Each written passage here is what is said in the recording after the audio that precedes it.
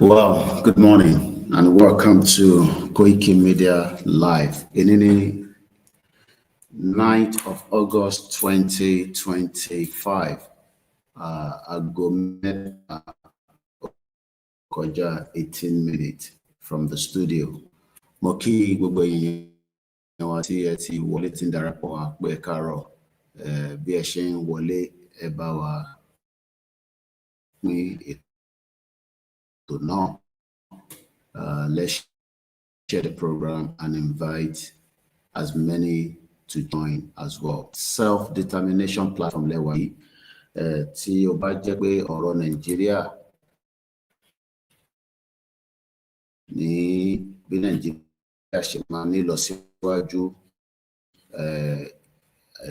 ibi báyìí ń ṣe ẹ̀mí ẹ̀ inú Nàìjíríà ló wà.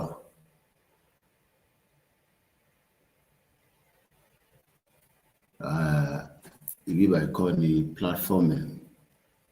So ibi báyìí níbi tí a ti ń sọ̀rọ̀ tá ti ń kéde fún gbogbo ọmọ Yorùbá fún 20 bí a ṣe máa bọ́ nínú Nàìjíríà. Tó bá jẹ́ pé bí wọ́n ṣe fẹ́ jẹ́ kí Nàìjíríà ní lọ síwájú ló ṣe fẹ́ jókòó gbọ́ program, you will be highly disappointed. This is not going to be the platform for you. This platform known as Koikimedia is fully dedicated for the Yoruba Nation cause. It is still a movement, but it has a very solid ground. So if you are still in doubt that when Nigeria it's just a matter of time.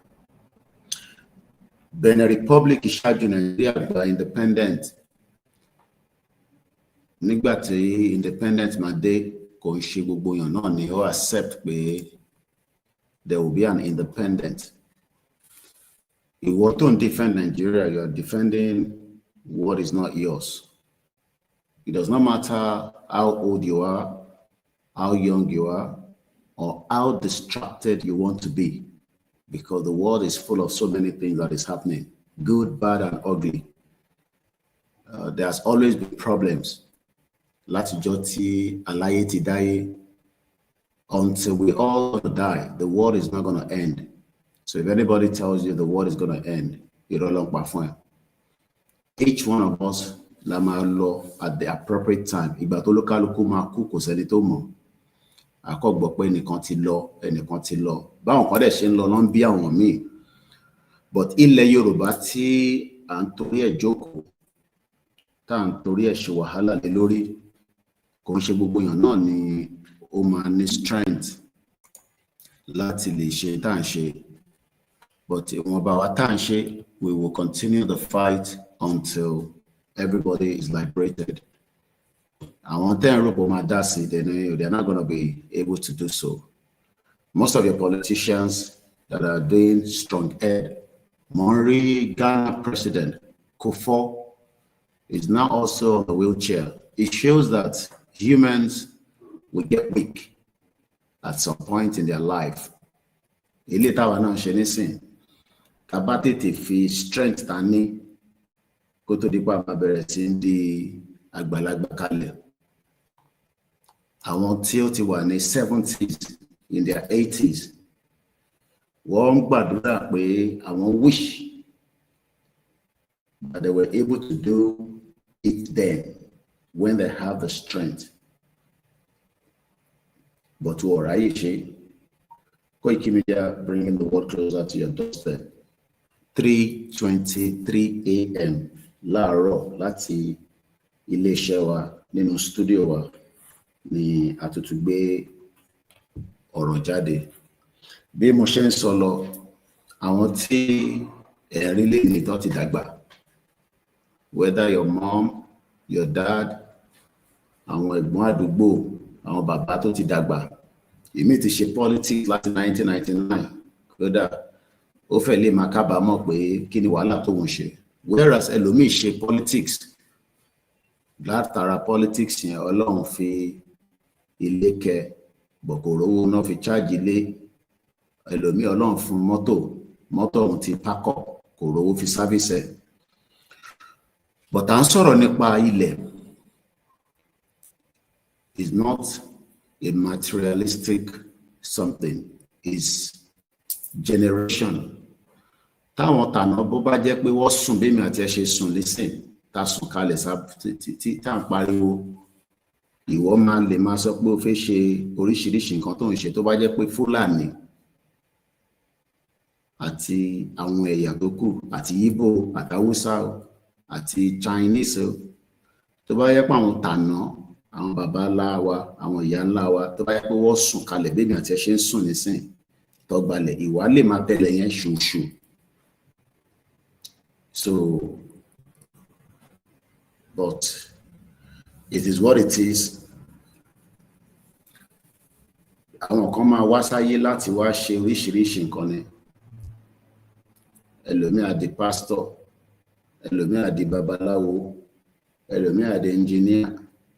In tó mátà jù ni pé ǹjẹ́ bí tí orísun ẹ̀ ti wá, ǹjẹ́ ó ṣe wàhálà pé kí bẹ́ẹ̀ kó má lọ, àbó kan ṣe wàhálà fáwọn ọmọ tó bí. Púpọ̀ nù ní tẹ́ disagree tẹ́ fi gbọ́. Àwọn ọmọ yín sì máa ṣépè fún yín lọ́jọ́ iwájú pé nígbà táwọn kan ń jà, àwọn grandchildren yín èpè ló sì máa fi ránṣẹ́ sí púpọ̀ nù yín. When people were fighting pé kí ìran wọn dúró, kí ìran wọn ṣoríire, ṣe lẹ́yìn kan lẹ́ ń takò, ẹ̀yin kan tẹ́ ní interest torí kò kàn yín. So a dúpẹ́ lọ́wọ́ àwọn tí wọ́n ń ṣe iṣẹ́ náà dáadáa. Adélẹ̀ lérí ọ̀nà tá máa gbà bó ṣe máa ṣẹlẹ̀ ó ti yé ọba Elédùmarè, ó ti yé àwọn tó nílẹ̀. Àwa ń gbìyànjú láti jí ẹ̀yin tí ẹ ti sùn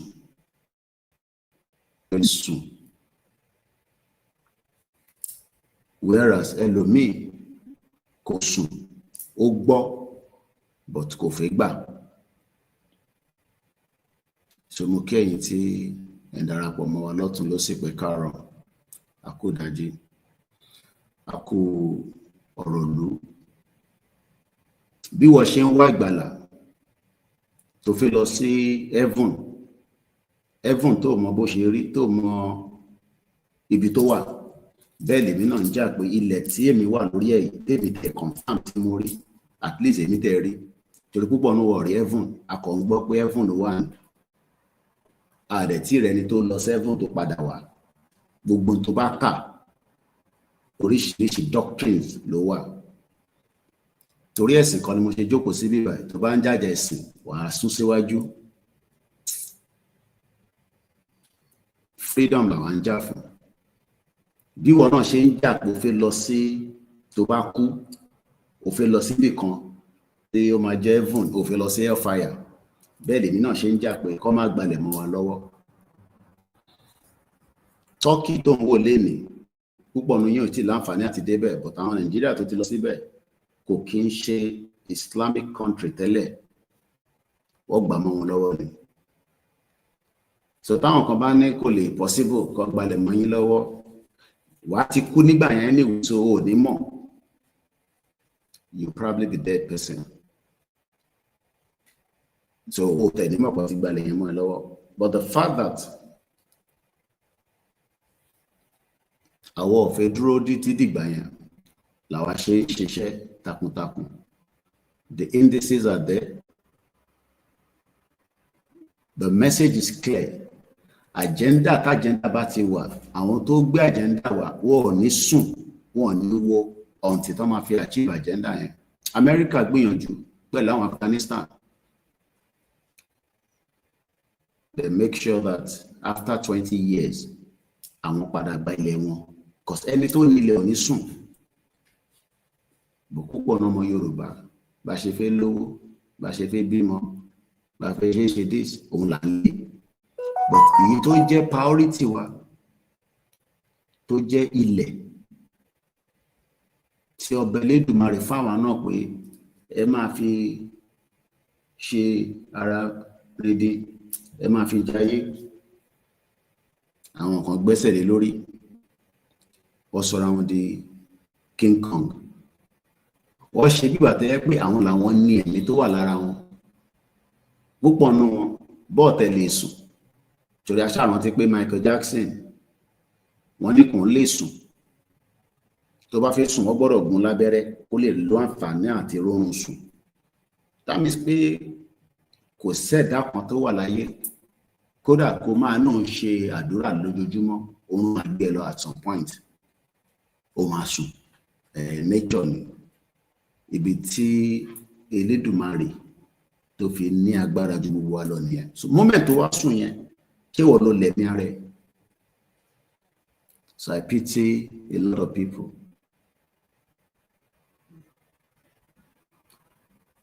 Àkọlé ètò ti àárọ̀ yìí ó wà straightforward. Fẹ́yìn tí ẹ bá ti wo headline yẹn. À ń bá ọ̀rọ̀ kan bọ̀ lánàá. Ọ̀rọ̀ náà ni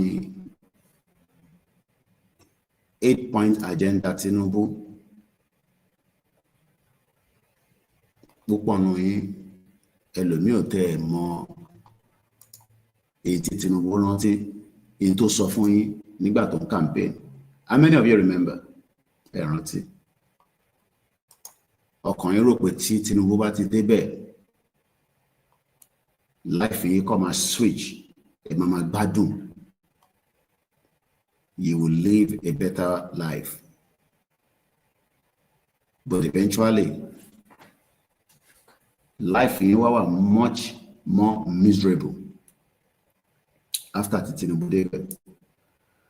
So àwa ń gbé yẹ̀wò 8-point agenda Tinubu àti the good news path to prosperity tí bàbá wa Professor Akintoye tó kọ síta tó ní kí a máa fi ṣe ìkéde sétí ẹ̀yin ọmọ Yorùbá. In tó bá mú ẹ accept 8-point Tinubu tó fi dìbò fún àtẹni tó dìbò ní 2023 tó fi wọlé àti èyí táwa fi ń kéde pé kí ìran Yorùbá dá dúró tá ń pè ní manifesto. Èwo ni ó fi pé ó jẹ́ kó tẹ̀lé moving forward? So gbogbo ẹ̀ náà la máa gbé yẹ̀wò láàárọ̀ ẹ̀. Ọba Elédùmarè á fún wa ṣe níwọ̀n bàtà yàbá lè ṣùṣe láàárọ̀ ẹ̀. I'm not here for you to pity me. Má pity mi. Family ẹ àti ara ẹni kò pity lórí ilẹ̀ Yorùbá. Ìwọ má worry nípa èmi. Ìtòlúkálukú bá ṣe àwọn tó ní ilẹ̀ Yorùbá wá san wá lẹ́san. Mo fẹ́ kí wọ́n tẹ̀sán mi lẹ́san. So don't worry about me. Worry about bí ilẹ̀ Yorùbá ò ṣe ní bọ́ mọ́ wa lọ́wọ́. That's what you should be worried about. Because at least out of my age, mo ti fi 27 years ayé mi mo ti fi gbádùn. Living and understanding now in tó ń pè ní life. So my 27 years of living in the European country, ó jẹ́ kí n wá mọ̀ pé ọmọ Yorùbá tó ṣe ń fight for Nigeria kò mọ̀ tó ń sọ. Torí tó bá mọ̀ mí ní Nigeria wá sá. Òun defend tó mọ̀ nípa ẹ̀. Even pẹ̀lú gbogbo àlàyé tá à ń ṣe fún yín. Òun defend tó mọ̀ nípa ẹ̀. Because most of us don't know the meaning of Nigeria. A kàn defend torí pé ọ̀nà bí wa ní 1960, wọ́n bí wa ní 1940, wọ́n bí wa ní 1980, 1990, year 2000, ẹ̀yin ọmọ tó ṣẹ̀bí ní 2000. So one defend the raw. Òun defend the raw tó bá mọ táwọn òyìnbó ṣe lórí ilé ayé wa kò tẹ̀ yẹ kó máa tẹ̀ bá tẹ̀ ṣe ń pariwo pé a fi dá dúró ìwọ́gun lẹ́ẹ̀ kínú ẹ̀ máa dùn jù. Bó torí ẹ̀sìn tó gbé dání ẹ̀sìn tó mọ̀ kankan nípa ẹ̀ torí púpọ̀ ní wa kọ́ ni àgbé ẹ̀sìn dání àárí lè mọ̀ kankan nípa ẹ̀sìn yẹn gan sẹ́f. Òun fi ẹ̀sìn ó fi ń ṣàpèjúwe ilẹ̀ táwọn baba ńlá wa ti ní kí ẹ̀sìn tó dé. Torí ìwọ nísìn ìwọ ni oliholi bàbá wòlíì bàbá àfà ó fi dìfẹ́ǹdì ẹ̀sìn torí ilẹ̀ bàbá ẹ̀.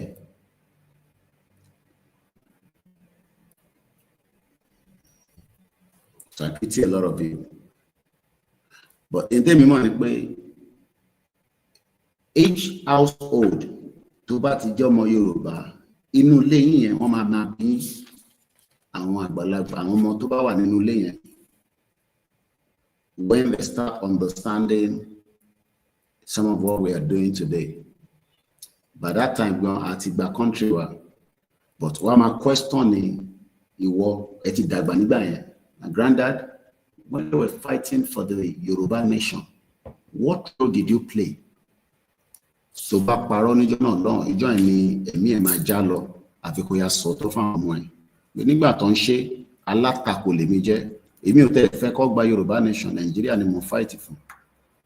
Torí lọ́kùn ààrẹ Nàìjíríà ni country, even though I ti prove it many times pé Nàìjíríà kì í ṣe country. In tó bá ti ní agenda nínú. The agenda of Nigeria is very clear. Subjugate and take the land. So it's 3:35 a.m. Èyí ni ọjọ́ kẹsàn-án oṣù kẹjọ ọdún 2025. Mo ń bèrè kí ni 2025 ní Yorùbá lánàá bí a mọ̀ wo comment section ni ààrẹ ni dá wa lóhùn. Lára àwọn tá a bá wá síbí báyìí tó bá jẹ́ àwọn pásítọ̀ yín ló ń ṣàdúrà ẹ máa sáré comment sínú ẹ̀ but tá a bá interact níbí báyìí pé ká dá sí ẹ máa ṣe bí tẹ́ pé kò kàn yín. Ẹ ti gbàgbé pé bíbáyìí náà ilé ìwòsàn kan ni bẹ́ẹ̀ ṣe ń wá ìwòsàn lọ sọ́dọ̀ àwọn pásítọ̀ yín àtàwọn àfáà yín ilé ìwòsàn ní bíbáyìí náà. Torí ilé ìwòsàn tó fẹ́ jẹ́ kílẹ̀ Yorùbá kó má gbà. Ìgbò lájẹ́ndà Haúsá lájẹ́ndà ṣé tẹ̀rẹ àwọn méjèèjì yẹn àwọn náà wọ́n worst but tẹ́ bá tún wá gbé Fúlàní lé lórí ẹ rò pé àwọn ò ní agenda Fúlàní. Kí n tó lọ sùn lánàá I slept early. Mo wá ka many articles arákùnrin kan tó ń pè ní Akim Baba Ahmed ọmọ Fúlàní. Mo ka oríṣiríṣi mo padà lọ sẹ́yìn bí 4 years ago. I read many of different articles and videos. Nílò fídíò lórí platform wa mọ́ ẹ tó bá fẹ́ wo fídíò ẹ lọ sórí YouTube ẹ Google ẹ. But some of the articles I will pick on them. Mo wá bẹ̀rẹ̀ sí wo oríṣiríṣi tó ti sọ. Ṣé ni Fúlàní tẹ̀lé ṣe bíbà tẹ́ pé àwọn làwọn ní ilẹ̀ Yorùbá.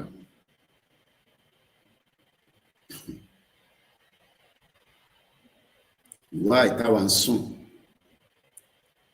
Àwọn prepare wá ìtawà ń ṣe pé kò kàn wá. Akim Baba Ahmed. Kódà bíyàn bá ń wo àwòrán ẹ̀ nísìnyí a lè sọ pé a ti identify bí Fúlàní ṣe rí. Tàbá ní ká wo Fúlàní nísìnyí tàbá tí bá dúró báyìí nísìnyí mo lè náwó pé ilé tó dúró yìí Fúlàní. Tẹ́ bá lọ wo Akim ẹ̀yin tí ẹ bá wà ní orí broadcast wa lórí YouTube nìkan lè rí picture tí bá fún wọn láìpẹ́. Akim Baba Ahmed ló ń jẹ́. Kódà níbi tí wọ́n ti ní strength dé, kò sígbà tó kí n pé kó wá bá wọn sọ̀rọ̀ lórí àwọn TVC channels. Bọ̀ irú àwa ní sí wọn ní pè wá. Torí bọ́ bá pè mí sórí àwọn platform yẹn, wọ́n mọ̀ pé ọ̀rọ̀ tí bá máa sọ bó jẹ́yàn kan èmi á kúrò lára Nàìjíríà. But àwọn Akim Baba Ahmed ọmọ Fúlàní, wọ́n máa fún ní airwaves free, wọ́n ní kó wá sọ̀rọ̀ Nàìjíríà. Ọmọ Fúlàní wọ́n ní kó wá sọ̀rọ̀, kó wá bá ọmọ Yorùbá máa lọ gbọ́ inú ọ̀hún tó bá gbọ́n tí Akim Baba Ahmed bá sọ. Fẹ́yìn tí ẹ wà lórí fọ́nrán, mo kí ẹ káàárọ̀ sà. Ẹ má kí n máa dárúkọ torí mo ti wà ní recording mode. Audio tí a ń record fáǹfààní àwọn èèyàn wa tó wà nílé jẹ́ pé tọ́nà sọ́bẹ̀ ní fóònù wọn, bọ̀wọ́ sì ní data kékeré tó lè fi gbọ́ audio wa.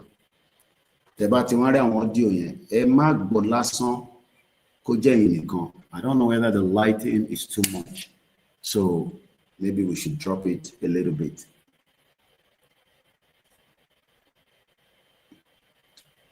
Because it seems the lighting is a little bit too much this morning. Ojú ẹ̀ náà lẹ́ ń wò yẹn, arákùnrin tí mò ń sọ yìí, Akim Baba Ahmed ló ń jẹ́. Wọ́n ní ọdún 20 àti 25, okay, òun ní 2025. Ẹ ṣé gan ni bàbá wa Mojid Ibrahim. Ọdún ara tí òyìnbó tó ṣe fúnlé ayé wa nìyẹn. A mọ̀ 2025, but a mọ̀ pé lédè Yorùbá. Ìyẹn la wá ní ká padà síbi tí ká reset button. Ìwọ wá ń jẹ́ alátakò torí pé wọ́n kọ́ ló wà níwájú, àbí ó fẹ́ já ẹ̀mí àwọn tó wà níwájú, ó fẹ́ já lulẹ̀. Ẹ ṣé gan ni. Wọ́n ní tàbá ní ká pè 2025 ní èdè Yorùbá, ọdún 20 àti 25. Ẹ ṣé gan ni. So that at least a máa rántí tàbá ìtàfẹ́ pé 2025. A ń gbìyànjú lórí ìkànnì wa pé ká reduce òyìnbó tí bá ń sọ, but it is still an international platform, and I have other listeners around the world that listen to the platform. So mo kẹ́yìn wọn. So arákùnrin náà lẹ ti rí yẹn, orúkọ ẹ̀ ló ń pè ní Akim Baba Ahmed. A sọ̀rọ̀ dọ́dọ̀ ẹ̀. But let's come back into the broadcast and let's see. Mo reduce iná ẹ̀, ó tẹ̀ ń dọ́rọ̀ mú mi gan anyway. Ohun mi gangan ló ṣe pàtàkì, kò ń ṣojú mi, but wọ́n ní ojú lọ́rọ̀ wà, àwọn ọmọ Yorùbá sọ. Mo kí gbogbo wa. Let's go into the program and let's start back from like I said, my visit to Lagos State for a couple of days and some other state. Ó láwọn iṣẹ́ tá lọ ṣe níbẹ̀. Ẹgbẹ̀rún 2,25 ọdún. Okay, wọ́n tún ní a lè pè ní ẹgbẹ̀rún 2,25 ọdún. Ẹgbẹ̀rún 2.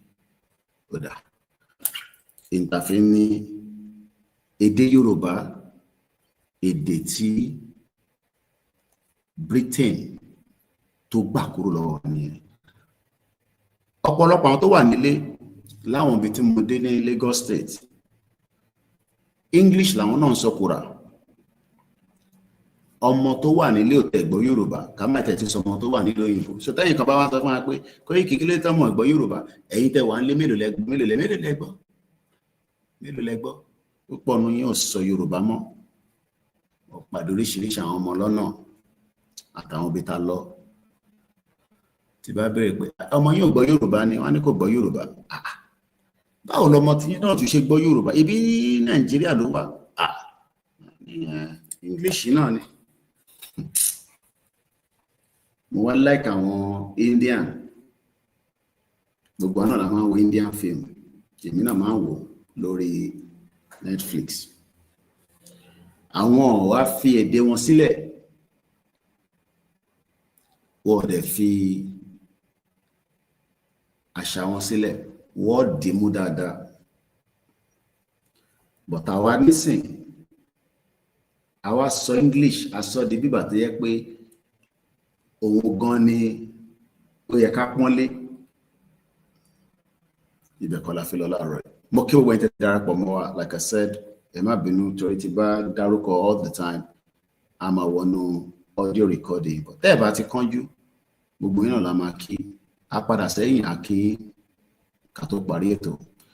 Let's dive into the conversation. Bọ́lá Tinubu àti Professor Akintoye ni mo tún gbé wá síwájú ẹ̀yin ọ̀jọ̀gbọ́n.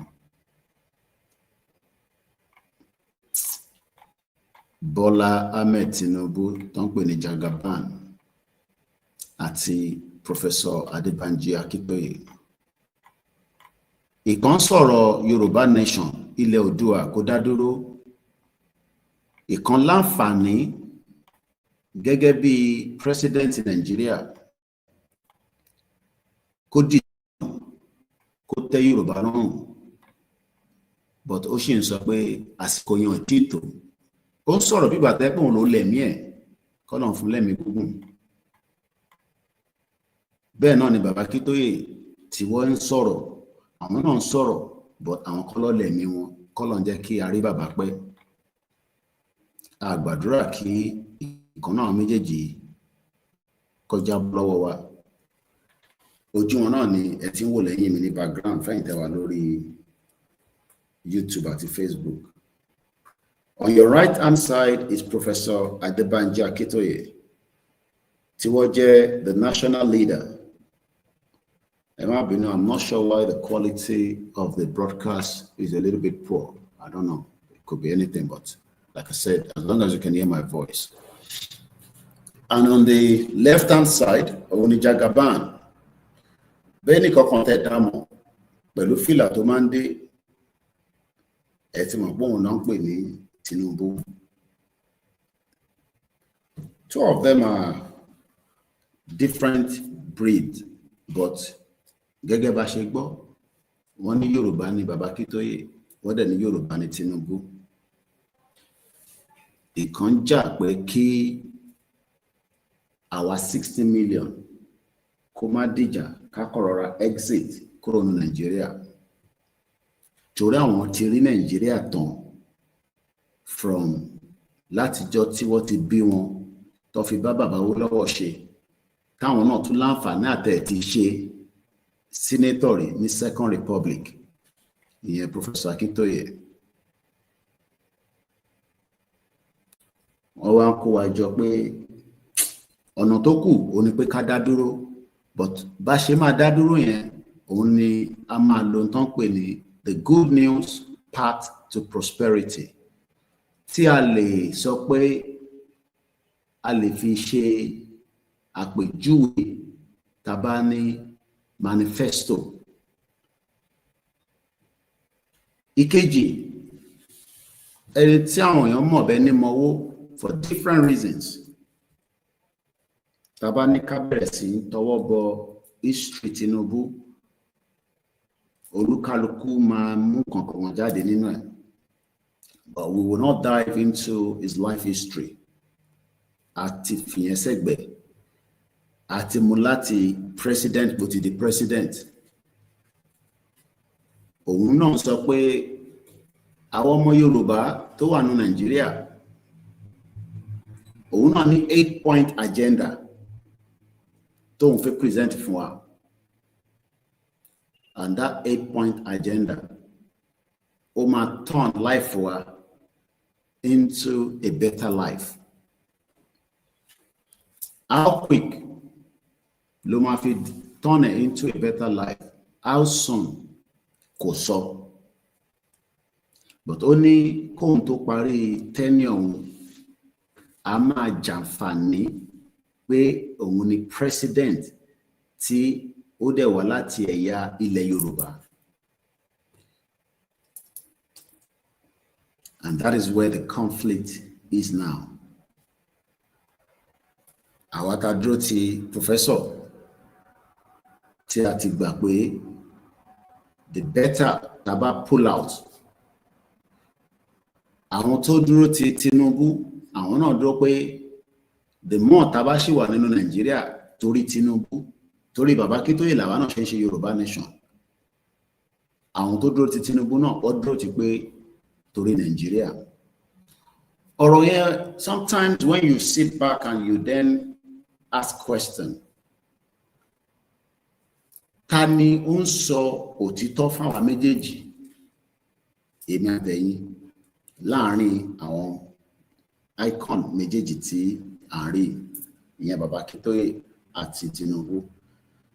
Níbi tí ilé ayé délé ní nísìn, níbi tí olúkálùkù wa ta mọ̀ the difference between good, bad. Tó bá ṣe dáadáa, ó mọ̀ pé ó fi lọ heaven. Tó bá ṣe dáadáa, wà á máa lọ sí hell. Èmi ò dé bẹ̀rẹ̀, kò sẹ́ni tó dé bẹ̀rẹ̀ tó padà, akọ̀ ń gbọ́ ni. But èyí tó wà ní korojú wa báyìí tí a lè mú confirm, torí ọ̀tọ̀ ni kó máa sọ̀rọ̀ heaven àbí kó máa sọ̀rọ̀ hellfire, tá a débẹ̀, tá a mọ̀ bó ṣe rí. A ti wà níbi tí a gbọ́ pé ilẹ̀ tá a wà lórí ẹ̀ yìí tá à ń pè ní ilẹ̀ Oòduà níjẹ̀bú Òde, a gbọ́ pé ilẹ̀ yẹn ti ń bẹ kò ń sọ̀rọ̀ 14,000 years. Tá a bá ní ká tẹ̀ máa kà, orí aládé dẹ̀ ń wò yìí, àwọn kan ló gbégbé ayé kan rí tó ṣe, wọ́n ti kú nísìn, wọ́n ti lọ. That was 600 years ago. Máa wonder pé ṣé lóòótọ́ làwọn ọmọ Yorùbá láwa educated, but torí èyí tó wà educated, ó ní Nàìjíríà yẹn ọ̀nà àbáyọ ṣì wà nínú ẹ̀. Bàbá àgbàlagbà tóun ti rí nínú Nàìjíríà, ó ti rí látọ̀, because àwọn tó bá bàbá wo, tá bá ní àwọn tó jẹ́ product of bàbá wo lọ́wọ́ tó ṣì kù láyé, kọ́lọ́n lẹ́rẹ̀ ni bàbá ẹ̀ fún wa, tó jẹ́ mílì tó ń follow prototype bàbá wo lọ́wọ́, tó dẹ̀ bá bàbá wo lọ́wọ́ ṣiṣẹ́ dáadáa, tó ń ṣe pé àmúlùmálà. Torí a lè bí ṣe sọ lẹ́ẹ̀kan, tá bá ní ká tọrọ bọ tẹnubọ ọ̀rọ̀ Tinubu, a máa rí oríṣiríṣi diluted information nínú ọ̀rọ̀ Tinubu. But tá bá gbé bàbá Akintoye báyìí nísìnyí, ẹ lè rí diluted, because kò sẹ́ni tó máa lọ bèrè lọ́wọ́ ẹ̀ wá ní lóòótọ́ ó bá bàbá wọn lọ́wọ́ ṣe. Gbogbo ohun tó dẹ̀ ń sọ, ọ̀mọ̀wé ni, kò ń ṣe pé wọ́n ṣe máa sọ fún wa. Bàbá wo lọ́wọ́ ó rí professor nígbà tí ó wà ní yunifásitì níjọ́ náà lọ́hùn. So the history is not yet been diluted. Now, why tí ẹni tí ó ní access, because bàbá ó lọ́wọ́ nísìnyí, ó ti lọ. Bàbá Professor Akintoye tó kù lọ́wọ́ wa, he doesn't have the money, he doesn't have the wealth, but he has the history background of Nigeria. How tí àwọn Britain bí wọ́n ṣe mixi àwa àti àwọn ẹ̀yà tó kù, tó mix wa papọ̀, tá fi wà níbi adé yìí. Kò ṣe pé Tinubu náà mọ̀ nípa history yẹn, torí at some point in his lifetime, he came out while he was on exile. But Emil, I don't believe in one Nigeria. But he has changed. Ó ti gbé ọ̀rẹ́, ó ti gbé jẹ, and we know the reason for that.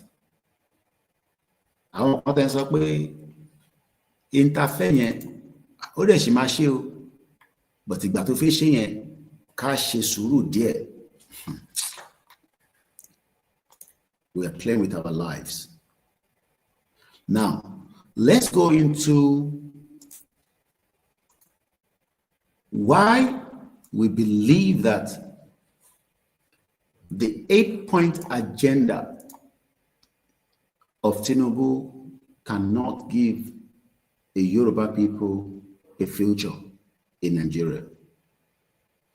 As díẹ̀ nípa ẹ̀fẹ́ ìtẹ́bá program tá a ṣe lánàá. It's coming up to 4 o'clock in the morning, 6 minutes to 4 on the Koikimedia studio. The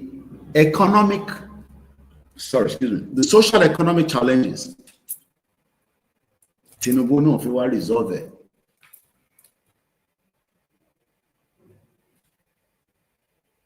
How he wants to do that, ọ̀nà tó fi gbà ṣe, òun nìkan ló ní understanding ẹ̀. Ẹ mú yẹn dání sọ́wọ́. Professor Akintoye, àwọn wá pẹ̀lú ìtànpè ní the good news path to prosperity. The good news path to prosperity. Orílẹ̀-èdè Yorùbá. Bàbá Akintoye ò sọ̀rọ̀ Nàìjíríà. Bàbá ń sọ̀rọ̀ how bá ṣe fẹ́ tọ́jú ìran Yorùbá nìkan. Ìyẹn ló jẹ wọ́n lógún. Kò ń ṣe pé bàbá wà selfish. Kò ń ṣe pé bàbá ò ní humanity feelings fáwọn èèyàn tó kù.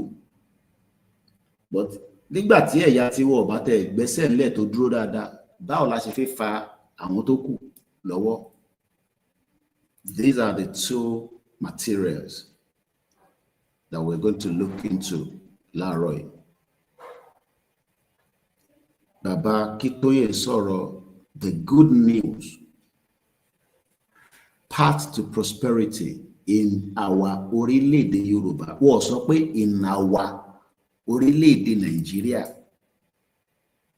Kí ló dé tí bàbá Akintoye ò ṣe sọ̀rọ̀ pé the good news path to prosperity in our orílẹ̀-èdè Nàìjíríà? Because bàbá mọ̀ ètò ń pè ní Nàìjíríà. But bí mo ṣe sọ, tá bá wo èyí tí Jagaban tó present fáwọn ọmọ Yorùbá tó ń bẹ nínú Nàìjíríà, ó ní addressing Nigeria social economic challenges through planning.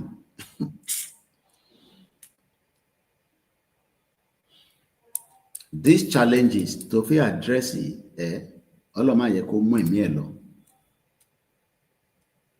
Kí Ọlọ́run má jẹ́ kí ó mú ẹ̀mí ẹ̀ lọ.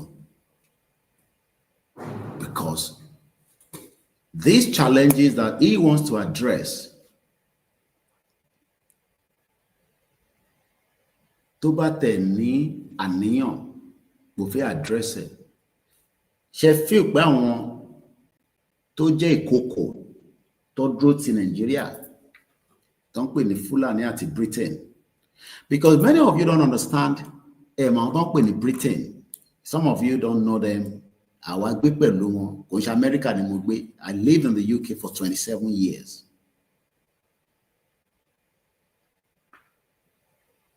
And out of that 27 years, mo fi 15 years, mo fi ń béèrè ẹ̀tọ́ kan lọ́wọ́ wọn. Imagine people that say we are Commonwealth citizens. Imagine people that colonize us. Tọ́kọ àwọn bàbá mi, àwọn ìyá mi lẹ́rú. Mo wá ń béèrè gbódà, èmi náà díẹ̀ ti dọ́dọ̀ ṣe bí gbà táwọn wá sọ́dọ̀ tiwa, àwọn jẹ ìgbádùn ni. Ó tún kọ ẹrú lọ, ọkọ ọlá lọ, ọkọ gbogbo ẹ̀ lọ. Èmi wá lọ gbé lọ́dọ̀ tiwọn náà máa ẹ jẹ́ kí èmi náà jẹ́nu ọlá ìdí ẹ̀. Ṣé mi ò tẹ̀ tí mọ gbogbo eléyìí nígbà yẹn? Tó bá yẹ pé mo mọ gbogbo eléyìí nígbà yẹn, ní ti máa bá wọn fà. Kò ń ṣe ọ̀rọ̀ tèmi, ọ̀rọ̀ ọjọ́ mi ni. But the fact that Britain wá sí ilẹ̀ bàbá tiwa, ilẹ̀ àwọn bàbá ńlá wa, àwọn ìyá ńlá wa, tí ta bá ń pe bàbá ńlá wa, ká máa rántí àwọn ìyá ńlá wa, torí obìnrin àtọkùnrin ló ń gbé nílẹ̀ Yorùbá níjọ́ náà lọ.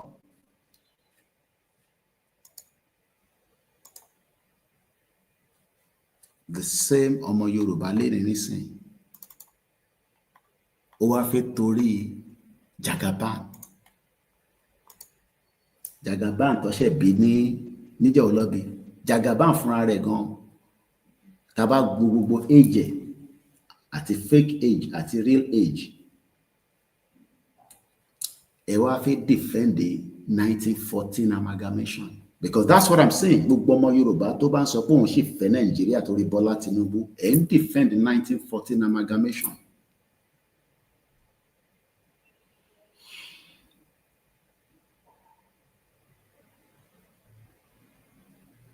Britain mọ̀ pé èyí tí bàbá Akintoye ń béèrè fún ó máa fún wa ní our true identity, which is the first priority and the key of life.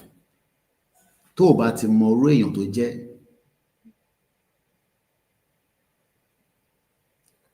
is a big problem. The same Britain is now arguing that àwọn ẹ̀yà kan wọlé sọ́dọ̀ tiwọn náà. Ẹ máa wo hypocrisy àwọn òyìnbó, àwọn tó dá wàhálà sáwa lọ́rùn, àwọn dẹ̀kọ́ ló máa gbà yín sílẹ̀. So if you are thinking that Britain is coming to resolve this problem, tó dá sílẹ̀, no, they're not coming to resolve it. They're not even interested to come and resolve it. It is entirely up to us. Okay, mo ṣe rìn kankan nísìn, ẹ jẹ́ ká sáré kà lọ́dọ̀ sister mi Arẹwà Kíkanjú lórí Twitter. I just picked this up as I mo fẹ́ lọ mú kankan lórí the British Home Office, but let's quickly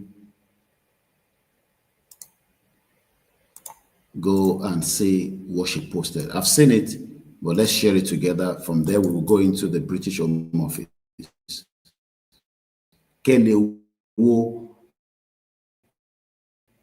The same Britain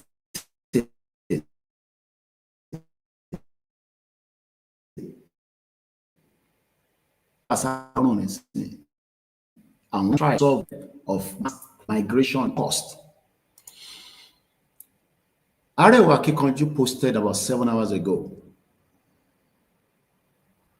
Being part of Nigeria has been a huge mistake for the Yoruba people. Àdánwò burúkú gbáà ní Britain kó sí wa lọ́wọ́. Ọ̀rọ̀ yẹn dàbẹ́ ni tí wọ́n náà ń wá ìgbàlà, wọ́n dẹ̀ ti fi ṣẹ̀kẹ̀ṣẹ̀kẹ̀ sí lẹ́sẹ̀ àti sọ́wọ́. Ìgbàlà ká kọ́kọ́ nídìí ni pé ká gbalẹ̀ Yorùbá ká tó máa sọ̀rọ̀ Christian, ọ̀rọ̀ Islam nínú ilẹ̀ Yorùbá. Ká kọ́kọ́ gbara wa sílẹ̀ náà, òun ni the first ìgbàlà. But lẹ́ni nísìn, àwọn abàṣe pé lọ ìgbàlà, àwọn ìgbàlà káàkiri. Mo kí gbogbo ẹ̀yin tẹ́ ń darapọ̀ mọ́ wa. Bí mo ṣe sọ, à ń record lọ́wọ́, so à nílè máa dárúkọ. Ọmọ òfojú pa yín rẹ́. Gbogbo kọ́mẹ́ǹtì náà dẹ̀ ni à ń rí bó ṣe ń wọlé. Pàtẹ́wọ́ rẹ̀ ò kọ́rọ́ rẹ̀ lè dayọ̀, a ó ṣe o, Olúwa máa ṣeun o.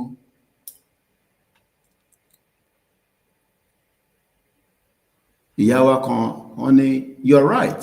I wonder why everyone, both private and public school, now speak in English. May God put an end to this ignorance. I was in Lagos State for a couple of days. Kò sẹ́ni tó ń sọ Yorùbá mọ́, gbogbo wọn. Ẹni tó sọ English, ó ń sọ broken English. À ń bọ̀ níbẹ̀ padà. A ní ká farabalẹ̀ ká wo ohun tí Arewa post. Only being part of Nigeria has been a huge mistake for the Yoruba people. But the same Yoruba people not only defend Nigeria. Torí pé Tinubu ló ń defend Nigeria. Torí gbogbo ọmọ Yorùbá nísìn, torí Tinubu ló ṣe ń defend Nigeria. Jagaban. It crippled their progress and set them back at least 100 years from their former glory. A once organized, our Yoruba were organized and the military don't defend, they were during many empires. Ìjẹ̀bú War ó sì wà níbẹ̀. Ẹ lọ gbọ́ ìtàn Ìjẹ̀bú War. Àwa tí wọ́n ní our advance, our culturally rich in civilization has been reduced to struggling within a system tó ń pè Nàìjíríà. Kọ́lọ̀ bá mi kẹ́ sísítà mi, orí ẹ̀ pé bí Alájọṣómólú, ó nífẹ̀ẹ́ Yorùbá tó pọ̀. Ojoojúmọ́ làwọn ọmọ Ìgbò máa ń bàjà lórí Twitter. A ní kẹ́ lọ sórí Twitter ká fọwọ́ kún, ká support ẹ̀. Ó máa ń takò wọn ni, máa ń gbá blow lórí Twitter ni. Ó ní àwa kan tó ń pè ní ìrànmọ́ aládé, well organized. Mo dé Lagos State, mo ń bẹ̀rẹ̀ pé ṣé Lagos tó máa ń pariwo náà tá máa ń gbọ́ tó máa ń ní Lagos mo wo gbogbo ẹ̀ báyìí. Àwọn àtọ̀húnrìn wa ọba gbogbo nǹkan jẹ́ mọ́ wa lọ́wọ́. Àtẹ̀dúpẹ́ pé wọ́n ń yọ díẹ̀, wọ́n ti ń yọ ṣọ́kà kúrò. The only way tá lè fi tètè yọ ṣọ́kà kúrò lẹ́sẹ̀ gbogbo wọn ni pé ká gbalẹ̀ Yorùbá. Kí ẹni tó bá wá bí dánú àwọn ẹ̀yà yẹn, ẹ̀yà wo ni mo ń sọ, Igbo, Fúlàní, Hausa, Chinese, English, kọ́ wá tó wá jẹ gàba lé wa lórí lórílẹ̀-èdè Yorùbá. Bí abọ́ ṣe ń jẹ gàba lé wọn lórí ní Turkey nìyẹn. Tó bá dé Turkey, ọmọ Igbo pọ̀ ní Turkey, wọ́n ò tí bí bàbá wọn dá, kọ́ ṣàṣemáṣe níbẹ̀, ẹ̀wọ̀n ló máa kú sí. And that is an Islamic country. And Igbo no be Muslim. But wọ́n lọ síbẹ̀ nítorí pé wọ́n fi ṣe òwò níbẹ̀. Wàá kọ́kọ́ gbọ́ èdè.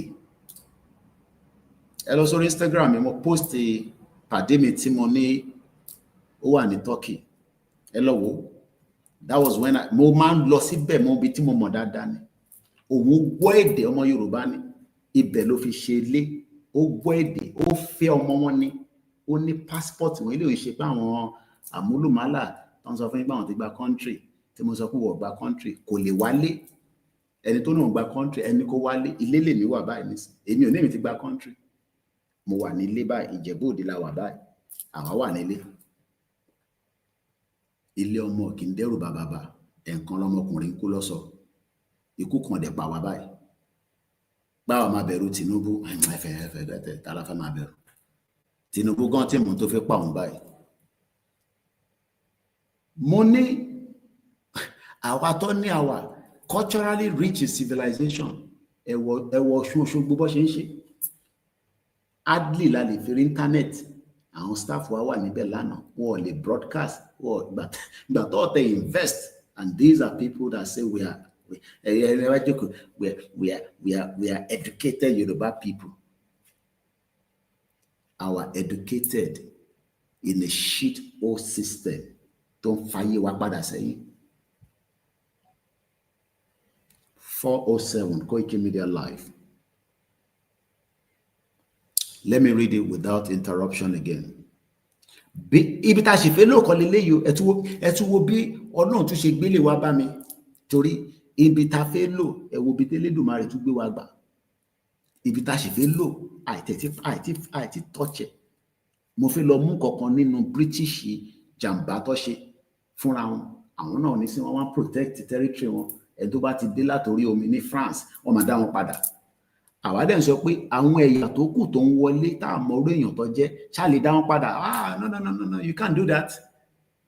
Ẹ lè ṣe yẹn, ẹ ti ń discriminate nìyẹn. Báwo ló ṣe ẹ tó ń kó trailer bọ̀ tó ń wá ta ìgúnfe àti màálù àtẹran ọkọ̀ bọ̀n sábẹ́ àmọ́ orí èèyàn tó jẹ́ àmọ́ database wọn àbọ̀mọ́ database àwọn tó wà lórí lọ́rì.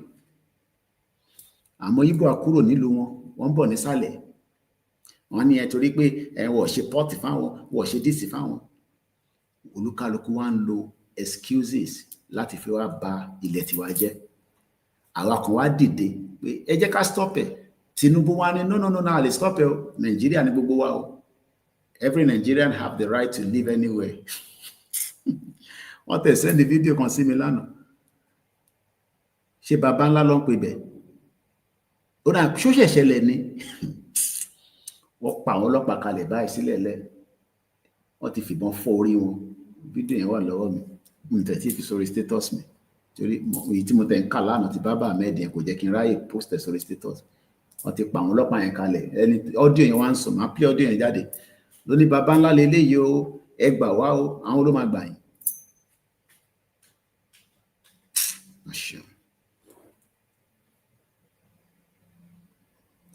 ẹni tó fi ṣe wedding láàárọ̀ yìí nísìn ìbẹ̀lẹ̀ mi ọmọ Yorùbá wà, ó wà nílé tí kò safe, ó ń wo ẹni tó wà ní Amẹ́ríkà táyẹ̀ sí kí ọ̀pá bó ṣe wà yẹn,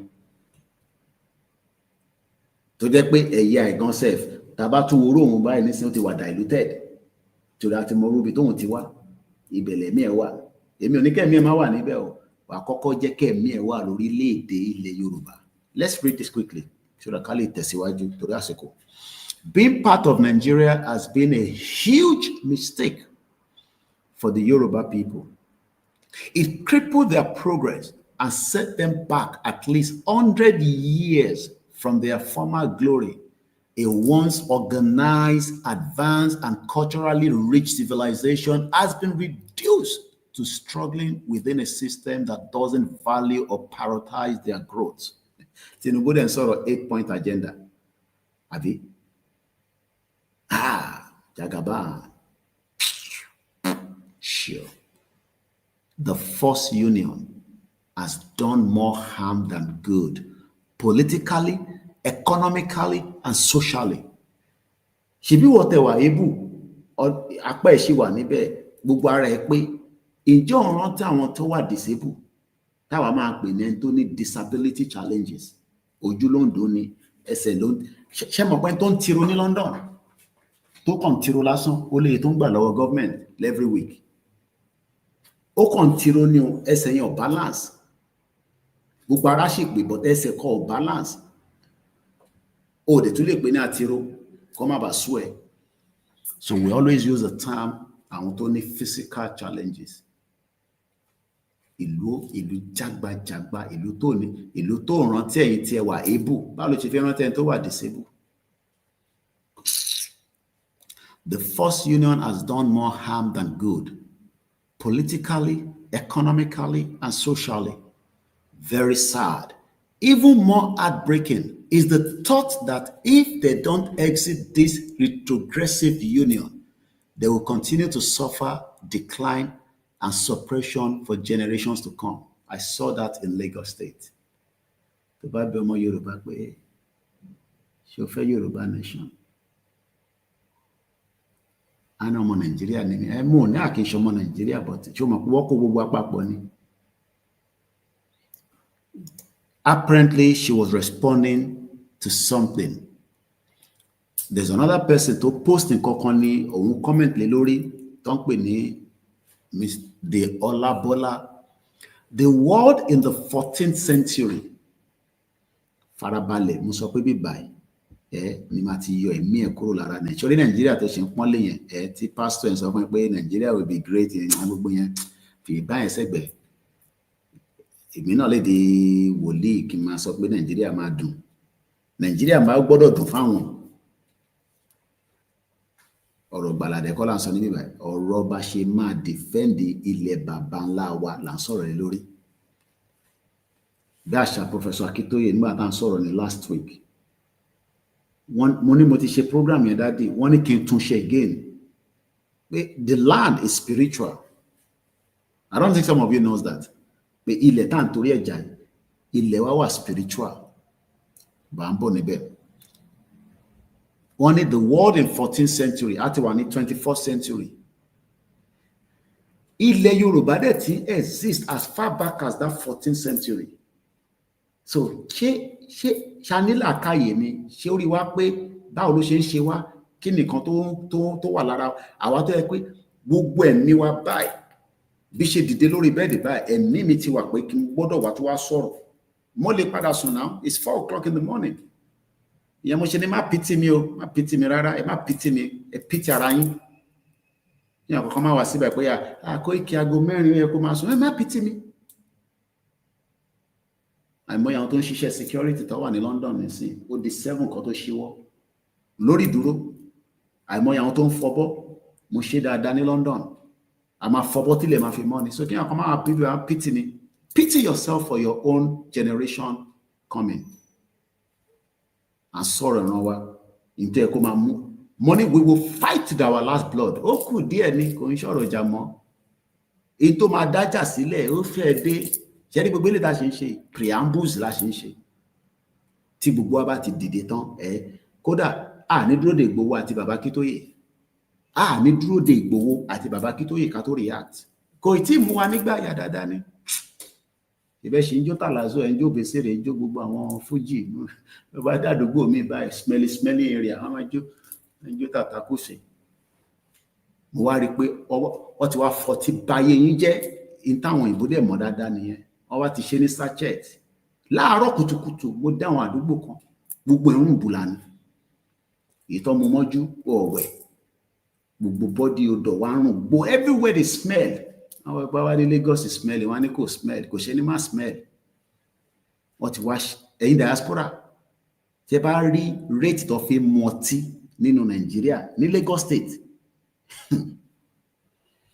Wọ́n ti wá ṣàwọn tí yẹn sínú sachet. Àtẹni tó ń drive o àtẹni tó wà lójú títì o wọ́n ti wá sọ́dọ̀ omi. Tó bá wá mo wá monitor wọn. Tó bá wá mú tán mo fẹ́ omi tó fẹ́ jù sí. Èmi gan tí mo wà tó yẹ pé mo bí ṣe ń nawọ́ mi ara ni mí láti jù dọ̀tí sílẹ̀ lẹ̀. Àwọn ní flood ìṣẹ̀lẹ̀ gbogbo ọ̀nà kọjá nígbà tó bá mú tán ṣé spirit ló máa wá kó níbi tẹ́ fi sí yẹn. Ní tó mo bá lọ sékù màá kọ́ máa yin díẹ̀ fún yín bẹ́ẹ̀ ni but the real reason àgbé yẹn sẹ́gbẹ̀ẹ́. Now, what was happening in the world in 13th century? Àwọn kan ti gbélé ayé yìí rí. Ní rò pé wọ́n ní kọ́kọ́ máa gbélé ayé yìí. Àì máa gbogbo ara máa kú dànù tá máa dásìkò bá tó. Every one of us will die. Gbogbo wa pátá tá wà lórí platform yìí. Ìgbà tá máa kú lolúkálukú mọ̀. Wọ́n ń bẹ̀rù kú. Ìgbà ní kúkú ò ní má dé. À ń sọ̀rọ̀ Yorùbá nation ní torí àwọn olóṣèlú ò ń bẹ̀rù kí ló ń bẹ̀rù lára wọn. Àwọn olóṣèlú tànádà.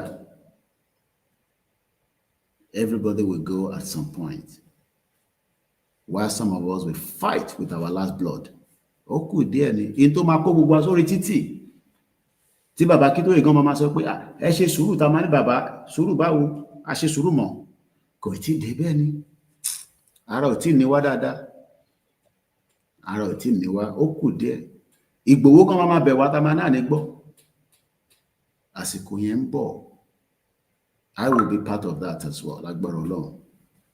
Wakashi ma educate ara wa lọ. Now, on it zoom down to Africa, to West Africa, to Nigeria. See the Yoruba making history. On it about zoom in 10 way, map 10 way. Mo bí ata bá save ẹ. Bí a lè jẹ́ kí zoom ẹ. Ṣé rí pé ibi tá tẹ̀ tó wá ó tún gbé wa sọ́nà that area. Nǹkan pè ní education nìyẹn. I want to see how we can zoom this. Okay, might increase the front here. One can zoom in. Let's zoom it. Okay, I'll zoom a little more than okay. All right. Let me know my struggle at it, but this is the world history encyclopedia. But what matter is that? But there's so history for Baba Akintoye is so history for like I was saying earlier. So come up, waste too much time. I might come back to and deal with this some other time. The world in 14th century encyclopedia was she fancy more intimate show lórí Instagram at the audio. So one sọ̀rọ̀ nípa the 14th century. Tẹ́ bá dẹ̀ rántí tá bá padà sí wọ́n pè bí kan ní Ondo State. Ìwó Eleru. How many of you remember? We've talked about it many times. So that Kakol, if you buttress it, when they talk about we are currently at the 21st century. So máa rò pé wọ́n nìkan ló ti kọ́kọ́ wá sílé ayé rí. Àwọn kan ti gbé nílẹ̀ Yorùbá yẹn rí ilẹ̀ tí wọ́n fi jà fún yẹn tó bá jẹ́ pé àwọn yẹn ò defend ìwọ wá lè bí wọ síbẹ̀. Tó bá jẹ́ pé wọ́n bí wọ síbẹ̀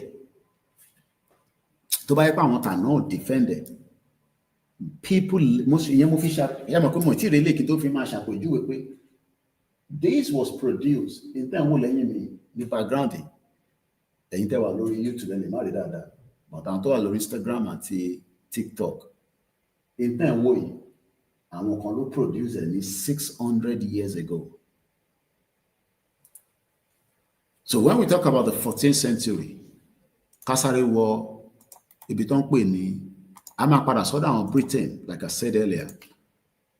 Mo fẹ́ clear desk mi quickly to tí a bá analyze a máa gbéyàn lọ sí one area but yàn fẹ́ remain focus níbi tá à ń lọ gangan. Mo kí gbogbo ẹni tẹ́ ń kí ẹ máa bínú pé mo lè máa dárúkọ yín torí audio tí mo ń record but gbogbo yín ni mo kí ọbẹ̀ Elédùmarè á kí ẹ̀yin náà. Let's go back quickly. No, not slide. Conscious slide no more need. Let's share the screen again. My name is OLAYOMI KOIKI. It's 4:19 a.m. Èní ni ọjọ́ kẹsàn-án nínú oṣù kẹjọ ọdún 2025. So ìyẹn ló ń pè ní 2025 fẹ́yìn tẹ́ bá mọ Yorùbá dáadáa bí èmi náà. A ti sọ̀rọ̀ nípa ìwo eléru agbárí sórí orí wa yìí òun ló ń pè ní skull. I will not play the video but I will use the Wikipedia to talk about it quickly. Human fossil wọ́n pè ibẹ̀ ní ìwo eléru Ondo State ló wà. Let's quickly read about it then we move forward quickly to Rasiko. Lákọ̀ọ́kọ́ níbo ló wà? Where is ìwo eléru located in Nigeria? Nigeria tó jẹ́ pé fraud ni Ondo State. Ìwo eléru, formerly known as Ìwo Eléru, is an archaeological site and a rocket shelter and features later Stone Age artifacts from during the late Pleistocene-Holocene transition. In tó ń sọ yẹn, tàbá ní ká lọ Google yẹn, era tó ń sọ yẹn nísìn, another era. Mo kàn fẹ́ lọ mú jáde ni o. I always come with fact here. Ibi báyìí mo sọ fún ẹ pé ẹ̀mí ẹ tó wà lára Nàìjíríà èmi ni máa gbọ́n yọ. Torí ẹ̀mí yín ó ti attach mọ́ Nàìjíríà, òun náà lè ṣe rí jẹ lè ṣe rí mu lè yá ṣe ń jẹ yín. Àdẹ̀níká kúrò náà àwa wá sórí show èyí tó yẹ kó farabalẹ̀ kẹ́ẹ̀mí ẹ lè tètè bọ́lẹ̀ kó lè bọ́lẹ̀ torí ẹ̀mí á máa deceive èèyàn. Illusion ni wọ́n máa bẹ̀rẹ̀ campaign wọn nísìn ẹlòmíì gbogbo tó fẹ́ gbà lọ́wọ́ àwọn olóṣèlú nísìn kọ́ ṣàfún ní fìlà kọ́ fún umbrella ìyá àìmọye umbrella ní London wọ́n máa fi ṣe tó bá tẹ̀wá tó lọ sí exhibition bí wàá wà báyìí tí mo like exhibition tó bá lọ sí exhibition tó o bá ṣọ́ra ẹrù tó máa kó kúrò níbẹ̀ Ọlọ́run jẹ́ kó lè kó délé torí á ti pọ̀ ju ẹ̀mí ẹ̀ lọ nígbà tó bá ń fẹ́lẹ́ ìlọ tó ń fẹ́lẹ́ ìlọ wàá wá di gbogbo ẹ̀mí bàbá sòwe. Late Pleistocene tó sọ yẹn torí kó lè yé wa dáadáa mo sáré Google AI overview wa sọ pé the late Pleistocene máa spell fẹ́yìn tí ẹ bá fẹ́ lọ cross check ẹ̀ Papa Lima Echo India Sierra Tango Oscar Charlie Echo November Echo máa slow down Papa as in P for Papa Leistocene then dash HOLOCENE. Wọ́n sọ̀rọ̀ nípa ìwo eléru ṣé mọ̀ pé ẹ̀ ló gbé wa dé bíbá yìí nísìn ìwo eléru yẹn wọ́n wá ní it was during the late Pleistocene-Holocene transition was a period of significant environmental change marking the end of the last Glacial period and the beginning of a current interglacial period. Ilé ayé yí padà ní kò sẹ́ni kankan tó ń ní ilé ayé máa tán yẹn ayé ò ló ń tán.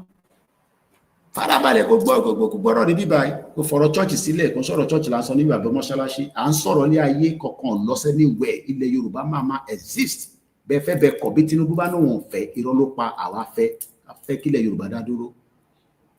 This transition was roughly about 11,700 years ago. 11,700 years ago involved a dramatic shift in climate, sea level, and ecosystem. It is a key period for understanding the dynamic of the earth, the climate system, and its impact on the past human population like the Yoruba people who want to defend in Nigeria. To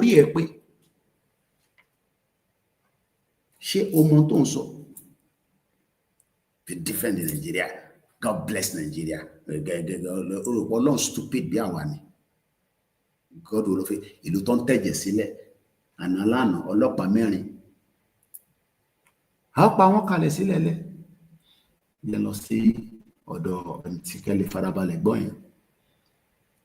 Àná ni mo rí yẹn. A pa wọ́n dànù sílẹ̀ lẹ̀. Wọ́n tẹ̀jẹ̀ sílẹ̀ lójoojúmọ́. Ìlú yẹn ni wọ́n sọ pé God bless Nigeria. Ṣọlọ́n stupid ni mo ń bọ̀. Mo kí ẹ̀yin tẹ́ wà lórí ìkànnì pẹ̀lú wa. This was yesterday. I saw this sent to me. Wọ́n ti pa àwọn ọlọ́pàá yẹn sílẹ̀ lẹ̀. Ẹ̀jẹ̀ ti ṣàn. Ẹ̀jẹ̀ wá ń ṣàn bí omi. Ìlú yẹn ni wọ́n okay jẹ́ ń lọ sọ́dọ̀ ètò sẹ́ndẹ̀ DJ Terry ló sẹ́ndẹ̀ màá wá lọ́jọ́ wo group tájọ wà nínú ẹ̀. Can't remember which of the group because groups ti pọ̀ jù. So the whole point of just in tí mo sọ ni pé àwọn ọmọ Yorùbá kan ti wá sílé ayé rí o, and they've lived during the 11,700 years ago. Kò ṣàwa nìkan. Okay, so which of the group ló you see? Again, lọ wọlé social everybody lọ send us. tó bá ṣe lájẹ group mẹ́ta náà lájọ wà náà so kò ń ṣe lè so DJ Teddy then with the next group. Blood spilled yesterday somewhere in Yoruba land. Bo.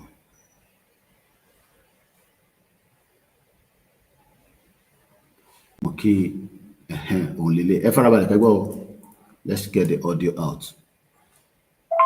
No, let's just look.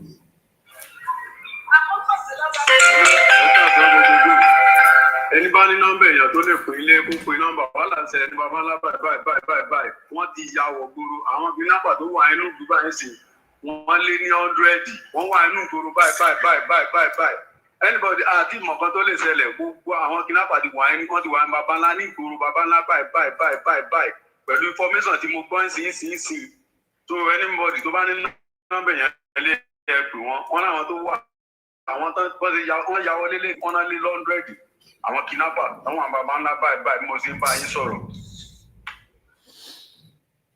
Did you hear that? I'll show you now on video here. This was yesterday. Ọlọ́pàá ló sùn kalẹ̀. Mẹ́rin ni wọ́n 1 2 3 4. Wọ́n ti fìbọn fọ́ orí wọn dànù. Wọ́n ti fìbọn fọ́ orí wọn.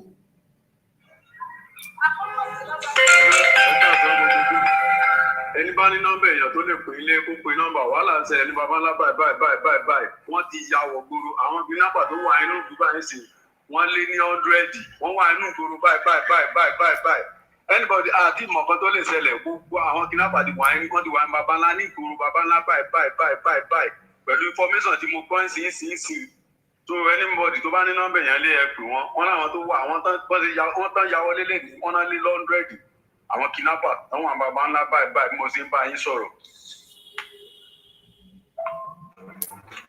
Bàbá ńlá lè lè jíṣẹlẹ̀ o ọlọ́pàá mẹ́rin tí wọ́n pa ń sìn sí mọ́ sí wọ bàbá ńlá ni. Bàbá ńlá bí mo ṣe gbọ́ mo rí post brother mi kan láàárọ̀ ìbí tó bẹ̀rẹ̀ program is in Kwara State. They play.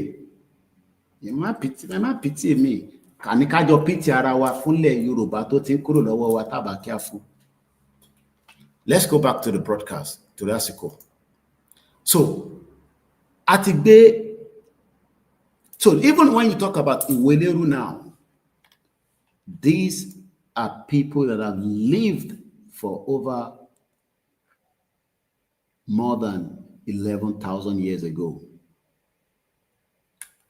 You can see how it is making sense Let's move away from there to Rasiko. Iweleru is in Ondo State.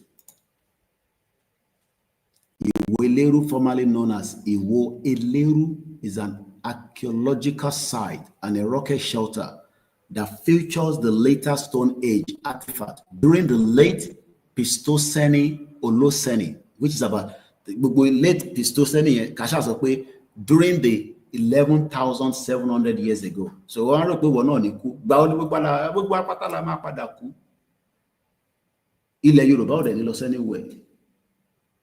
that is if we defend it now.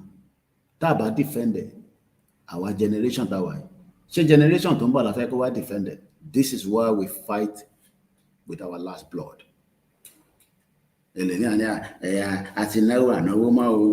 Àti ṣe wàhálà tá ti ṣe láti 4 years. America ṣòwò tán náà ní 4 years ago lọ ṣe náà nísìn.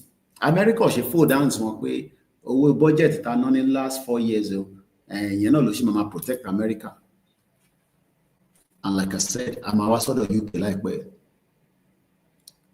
which is located in the forest savanna village of Isarun in Ondo State, Nigeria. The site was initially discovered by Chief Officer J. Akeredolu in 1961 during a large-scale survey of hilly landscape around the town of Akure in Ondo State, Nigeria. The name was formerly and commonly known as Iweleru, but the correct name is now regarded as Iwo, as H-I-H-O, Eleru, E-L-E-E-R-U, or Iweleru, meaning the cave of hashes. The Iweleru is a notable archaeological discovery from the site, which dated to approximately 13,000 years. Serious. We are not serious people. I want to read Tinubu and in Nigeria, and I feel abandoned in total exists for more than 13,000 years. 31 person. Let me Boshi Wanye Butoku, let me Jagala and Kekere Vine. Buba Pela, you know, Oma Padakunoni. You can see why I said we started the program with the question of the 8-point agenda. And the good news, we are still saying the same thing in the last 1 hour, 14 minutes. The same point, Kashife low, or no la to arrive padasi. Tabatu padalo sodo, inti sister was solenkon, tafide Odoarewa Kikonju, the world in the 14th century. She atiritiwa yonino enisi. Atiritiwa yonino because Iweleru exists for more than 13,000 years ago. One, that discovery from the site, which has dated to approximately 13,000 years. That means for 13,000 years, Iran Omo Yoruba, Omo Dupuwa, Atingbe, and Shidada, and Showo, you know, and need respect around the world. To our Pontiwani comfort. And to the comfort in them, if it is Talaka lo ye ko lagidi ju. Mo rí pé Talaka ti tọ̀dọ̀ tiwa kò lágídí. Ṣé ńgbà tẹ́yin ò lágídí? Ṣé àwọn tó wà labroad tó tẹ manage pé ton ẹ̀gbọ́n kan pè mí lánàá láti US. Truck lọ́nà àwọn máa ń wà. But apparently he had accident with the truck the last year. He lost about $200,000. But àwọn kankan tó fẹ́ ṣe tó ń sọ fún mi lánàá, I can't disclose it too much on the social media. Mo wonder pé even the fact that he has lost huge amount of money is just trying to recapture himself again. Ẹni tó wà nílé alágídí tó yẹ pé tó bá fẹ́ kọjá ní sẹ́mi ó rí bó ṣe ń disrespect yín nínú border yẹn láti Kútọ̀nù wọnú Nàìjíríà. Do you know how many checkpoint ló wà? I counted it. Ìyẹn kọ́ mo wá ṣe lénìí. láti Sẹ̀mẹ̀ tó bá ti gbéra láti Sẹ̀mẹ̀ pò ń lọ sí Badagry. Àtẹ̀tùwá dúpẹ́ pé wọ́n ní ìgbà tí Tinubu ti débẹ̀ ìyàtọ̀ díẹ̀ ti wà fáwọn tí wọ́n mọ̀ nípa area yẹn tá a bá sọ̀rọ̀ pé nígbà tí Buhari wà níbẹ̀ bàbá Koiki ó fojú àwọn ìmọ̀ fọ́dún mẹ́jọ bọ̀ nígbà tí Jagaban ti wà níbẹ̀ nísìn àti rí yàtọ̀ torí pọ̀ ọmọ Yorùbá ní kí ló dé tá àkókò wá gba gbogbo ẹ̀ tán why ta fi gba half tá gba full ìyẹn ni kò yé mi ìwọ wá ń defend Nàìjíríà mo travel láàrin border sí border tá bá lọ sí the next border tá ń lọ Togo wọ́n yọ wá lẹ́nu tá bá ń lọ Côte d'Ivoire wọ́n yọ wá lẹ́nu láàrin pa fi kọjá sí border ìyẹn ni professor jagbajagba yẹn tó pè rẹ̀ ní professor Moyo the same border yẹn tó ti fi pa tó rí pa tọ́nà gbọ́wọ́ lọ́wọ́ ẹ̀ ó wá ń sọ pé the real Nigeria is the real estate ó sọ yẹn láti Amẹ́ríkà ẹ̀rí pé àwọn oníbàjẹ́ èèyàn ó jókòó sí Amẹ́ríkà ṣèbó òun ní American passport ló ṣe wálé ìwọ náà wá bó ṣe pé lọ nísìn àwọn tó lé fọ̀n tó lé kan náà gan tó fẹ́ ṣe wedding lénìí wọ́n ní àwọn bàbá àti ìyá ọmọ wọn ti bá ní wọn kúrò l'Amẹ́ríkà pẹ̀lú owó tó ní kò gbé àwọn family ọmọ yẹn dé Amẹ́ríkà báyìí kò gbé wọn dé Amẹ́ríkà ó ti gbé wọn débẹ̀ rí àwọn náà ti abuse ẹ̀ bá ṣe gbọ́ ó fẹ́ kí n dárúkọ gbogbo ẹ̀ délẹ̀ tó bá ti yẹ bí ṣe sọ̀rọ̀ yẹn kò ní láti wọ́rì ẹ̀ tó fẹ́ ṣe wedding lénìí ó gbọ́ pé yàn kan fẹ́ ṣe wedding ní Amẹ́ríkà lénìí bàbá ìyàwó wọ́n ti bá ẹ̀ kò lè wá Amẹ́ríkà wọ́n náà ọ̀rẹ́ ẹ̀ kan sef wọ́n níyàn tẹ̀lé dé Amẹ́ríkà rárá o tó bá dé Amẹ́ríkà wọ́n máa gbé ẹ jẹ́ kólúkálukú lọ jẹ́ orúkọ bàbá ẹ̀ ká mọ olè láàrin Yorùbá àti Ìgbò àti Haúsá àti Fúlàní kọ́ má kó gbogbo apapọ̀ tá bá mọ̀ pé ó lè ní Yorùbá ká mọ̀ pé ó lè ní olè Amẹ́ríkà olè Yorùbá wà hush puppy ó ṣẹ̀wọ̀n lọ́wọ́ báyìí. We live in denial. Ìmọ̀ tó ti exist àwa ń torí àti ní British passport àti ní American passport àwọn èèyàn tó ẹ̀ tí wọ́n ń gbìyànjú níwọ̀nba tọ́lọ́run kẹ́ wọn wọ́n dá sọ̀rọ̀ Yorùbá nation alágídí tálákà tó mú 100 ṣe èlò mo tẹ̀ wá béèrè èlò lọ́nà because I was just so upset láàárọ̀ kùtùkùtù alcohol lọ́mú wọ́n fi yẹn fọnu wọ́n fa alcohol fọnu ṣé ìlú yẹn ṣé ẹ̀ máa ní progression tàbá wá rí accident tó ṣẹlẹ̀ lójú títì alcohol ti wà lára body wọn respect law ẹni tó wà lójú everything jagbajagba jogo ní Lagos nìyẹn nígbà tí Lagos bá rí bẹ́yẹn kò wá imagine tí mo fojú rí níjẹ̀bú-Òde níbi tí mo wà yìí kàmáì tí wàá sẹ́yìn tẹ́ wà lóńdó kàmáì tí wàá sẹ́yìn tó wà ní Kogi Kwara bàbá ńlá lọ́nà ti pa àwọn ọlọ́pàá yín wọ́n ti pa wọ́n kalẹ̀ ṣé kí n tún pè wọ́n ti pa àwọn ọlọ́pàá kalẹ̀ lé bàbá ńlá ọlọ́pàá tó gbé ṣakabùlà dání tó ní búlẹ̀tì nínú ẹ̀ nígbà táwọn èèyàn gidi wọlé dé tó dàbò ẹ̀ pàpàpàpàpàpàpà.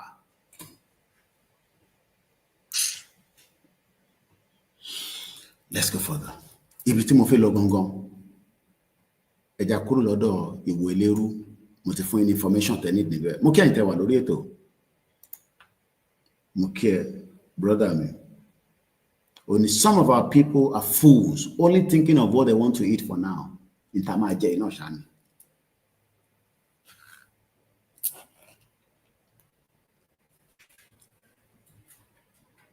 Unbelievable.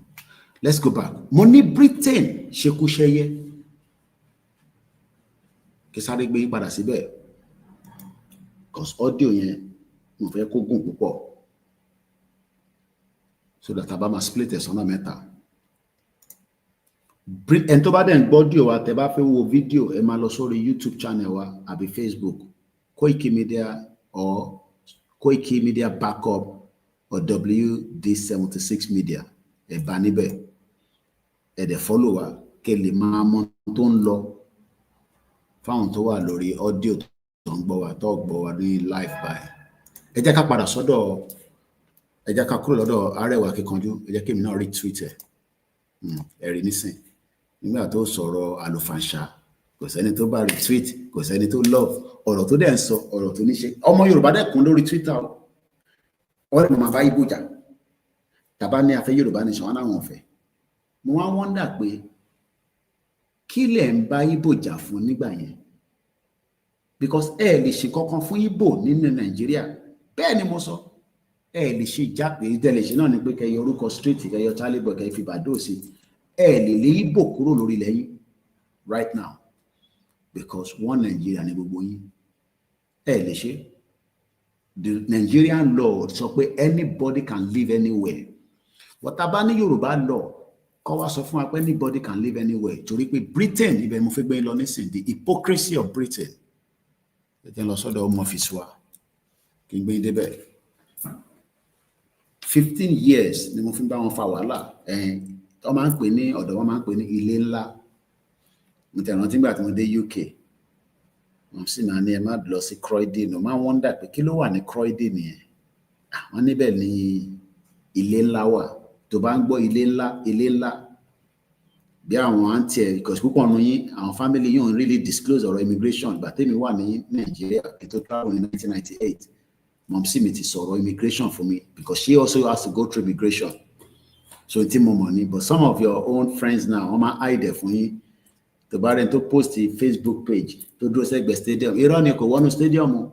Ó kọ̀ ya picture lẹ́gbẹ̀ẹ́ ni o. Bó ṣe ya picture wọnú pub lọ wo football ni o. Wàá sọ fún ẹ pé bóun ṣe lọ ẹni sínú stadium. Ní kó ya picture ní stadium fún ẹ. Tó bá dẹ̀ tó ya picture ní stadium bí wọ́n ṣiṣẹ́ níbẹ̀ ni.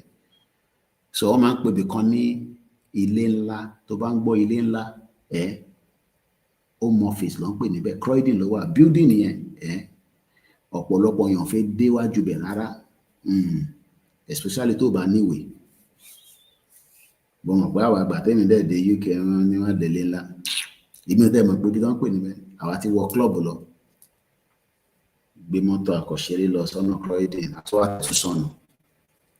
Nígbà àwọn adélé máa ń sọ fún mi pé mo lọ sí Croydon. Wọ́n ní kí ló wá lọ sí Croydon. Mo ní lọ ṣe fàájì. Màmá lọ sí eré àyẹ̀wò. Mo ní kí ló dé. Wọ́n níbẹ̀ ló mọ̀ fi sọ. Mo níbẹ̀ àwọn èèyàn gbélé àdúgbò yẹn. Ṣẹlẹ̀dẹ̀ gbogbo ẹ̀dẹ̀ máa ń sọ bàtẹ́ pé ibẹ̀ yẹn kò ń ṣe ibi tó èèyàn gbọ́dọ̀ lọ. But torí pé tó bá níwèé. The same British tèmi fa wàhálà pẹ̀lú fún 15 years. Ó wá rò pọ̀ nífẹ̀ẹ́ ìwọ tó wà Nàìjíríà. They play. British tèmi bá fa wàhálà for 15 years. Pé mo fẹ́ gba ìwé lọ́wọ́ wọn.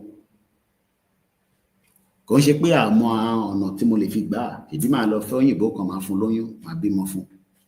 But torí pé a fẹ́ lọ on the diplomatic way. Àbí you know, a máa gba Yorùbá nation in a diplomatic way. Ó dà. A pẹ́ lórí ẹ̀ dáadáa. Okay? A máa pẹ́ lórí ẹ̀ dáadáa. Jẹ́ ń gbé débẹ̀, Home Office. We are the lead UK government department for immigration, passport, crime, policing, homeland security, and protecting vulnerable people. Bí mo ṣe fi máa gbọ́ lọ́jọ́ iwájú nìyẹn. Láìpẹ́ ní kíákíá fúnlẹ̀ Yorùbá ká ní Yorùbá Home Office. Kẹ́rù máa bà wọ́n tó jẹ́ foreigner tó ń bọ̀ nílẹ̀ wa. Ibo ló ń lọ? Ìlú yẹn lóòótọ́ wọ́n dá o. Hospitality wọn dá o. Bọ̀ sórí immigration ni wọ́n fi ń ṣeré o. Láàárọ̀ yìí nísìnyí. Èèyàn mélòó lẹ́mọ̀ tó ti wọlé Yorùbá láàárọ̀ yìí? Láti Nnewi, Anambra, láti Kano, láti Kaduna, torí a jẹ́ one Nigeria. Ọkọ̀ dé. Ẹlòmíì máa dé báyìí. Àwa bọ́ sójú títì. Torí animal ni. Àwa máa yàgbẹ́ lójú títì. Mo rí yẹn níjọ́ kan dé very dark man. Ọlọ́run mọ̀ tó ti ń bọ̀ ló kọ̀ rí bọ̀bọ̀ náà pé kí ló bẹ̀rẹ̀ tó ń ṣe ń bẹ̀ yẹn. Ó ń bó kaka. Ó ń yàgbẹ́ sójú títì ní Lagos State. Bó ṣe ń yàgbẹ́ yẹn ó yẹ kó gbé bẹ́ẹ̀ kó bọ́ndù rẹ̀ kó jù sínú omi kí wèrè ẹ̀ máa lọ bẹ́ẹ̀. Pump bastard. Àdẹ̀tẹ̀ náà fi ṣépè lórí platform yẹn. Àwọn animal táwa jọ ń gbé nìyẹn. Àwọn wálé tá a máa gbé àbí ọmọ Yorùbá kò lè gbé ní Lagos State mọ́. Ó wá move lọ sọ́nà Kòròdú. Wèrè kan wá dé láti Kánò. Ó wá jókòó sí àárín Òṣòdì wá ń yàgbẹ́ sílẹ̀ lẹ̀. Ìwọ dẹ̀ fi lọ yàgbẹ́ sínú ilé torí pé bí ọmọlúàbí ṣe gbọ́dọ̀ gbọ̀nsẹ̀ nìyẹn. Àwọn animal yẹn ló wá ní kájọ máa gbé nínú wọn Nàìjíríà. Àwọn tó yẹ kó bọ́ ṣe ń bọ̀ yẹn ní border post wa. Stop there. Níbo ló ń lọ? I'm going to. Kò sí Nàìjíríà mọ́ ò gbọ́ ní. Ilẹ̀ Yorùbá ló ń pè bẹ́ẹ̀ yẹn. ṣó ní permit láti wọlé gbàgìrì lọ sí UK gbà yẹn mo mọ bí orí wa ṣe dé dọ́ta tá a fi understand nǹkan tá à ń sọ ṣáṣe máa bẹ̀yìn ni ṣòfin pé máa bẹ̀yìn a máa bẹ̀yìn farabalẹ̀ kó gbọ́n tí bí mo fi ń sọ ní bíbá àwọn ṣekúṣẹyẹ àwọn fẹ́ protect border tiwọn tó bá pe British nísìnyí pé they are killing us in Yoruba land they are killing us wọ́n ní manage it àwọn fẹ́ mú border tí wọ́n fẹ́ close ẹ̀ wọ́n fẹ́ jẹ́ kí irú ògiri wá kó wọnú border tí wọ́n àárọ̀ yìí nísìn àìmọye àwọn tó ti wọlé tá a mọ bí tó ti wá lè fingerprint wọn kò sí machine tó máa fi tẹ̀ka tó máa fi fingerprint wọn kò sí data àmọ́ wíìsù tó bá stab èèyàn tó pààyàn láàárọ̀ yìí ní Lagos State nísìn àlèmọ́ pépà kò sí ní evidence and we are meant to be advanced. Borders are being breached by criminal gangs worldwide. Britain ló ń sọ̀rọ̀ yìí fún wọn tó máa ń sọ pé orí ẹ̀ tá à ń bá sọ̀rọ̀ fipá máa wá síbẹ̀ máa bẹ̀yìn but ní dúró dé ìtorí tá a bá dúró dé orí ẹ̀ yẹn kò nọ́mà torí ẹ̀ bá nọ́mà ni wàá mọ̀ pé ìrun ẹ̀ ló yẹ kó kọ́kọ́ jà fún kó tó máa jà fún ẹ̀sìn àkọ́kọ́ jà fún ẹ̀. Borders are being breached by criminal gangs worldwide.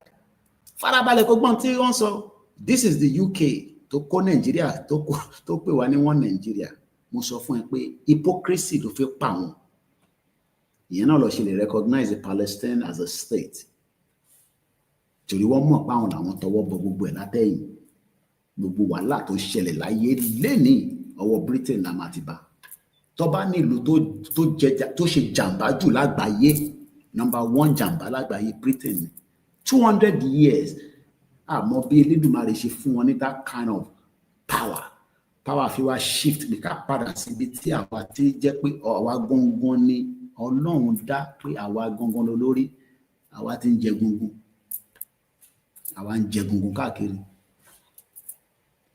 Borders are being breached by criminal gangs worldwide.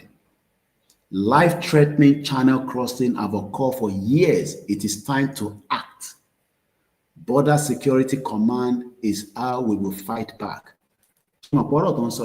Is exactly what is happening in Yoruba land.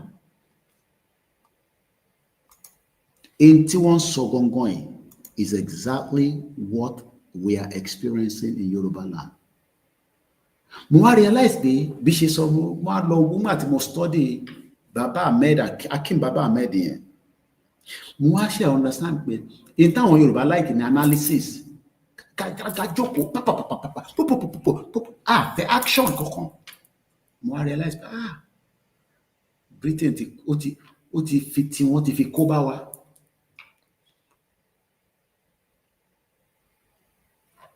Tó bá lọ through gbogbo social media talk but tá bá fi small action sí and repercussion. The talking is good but we just need to add a bit of action to it. Ẹjọ́ ni tẹ́ bá dórí TVC nísìn tẹ́ bá dé Central News wọ́n ti fẹjọ́ fi ṣe wọ́n lè ṣe báyìí nísìn wọ́n ti gbé Big Brother lé wọn lọ́wọ́ báyìí mo á tẹ̀ ń béèrè pé ọjọ́ mélòó ló máa fi ń ṣe Big Brother wọ́n ní 90 days mo ní làwọn ilé máa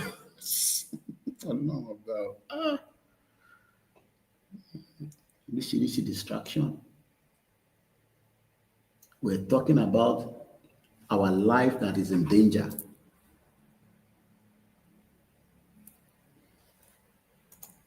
I think the 8-point agenda, but I am just bringing you to let you know that the same Britain is defending their borders. I want to border because one more the importance of borders. I lived with them for 27 years. I know what I'm talking about. I did the Yoruba Nation campaign as at the time I was doing my papers. Borders are being breached by criminal gangs in Yoruba land because we have a porous borders.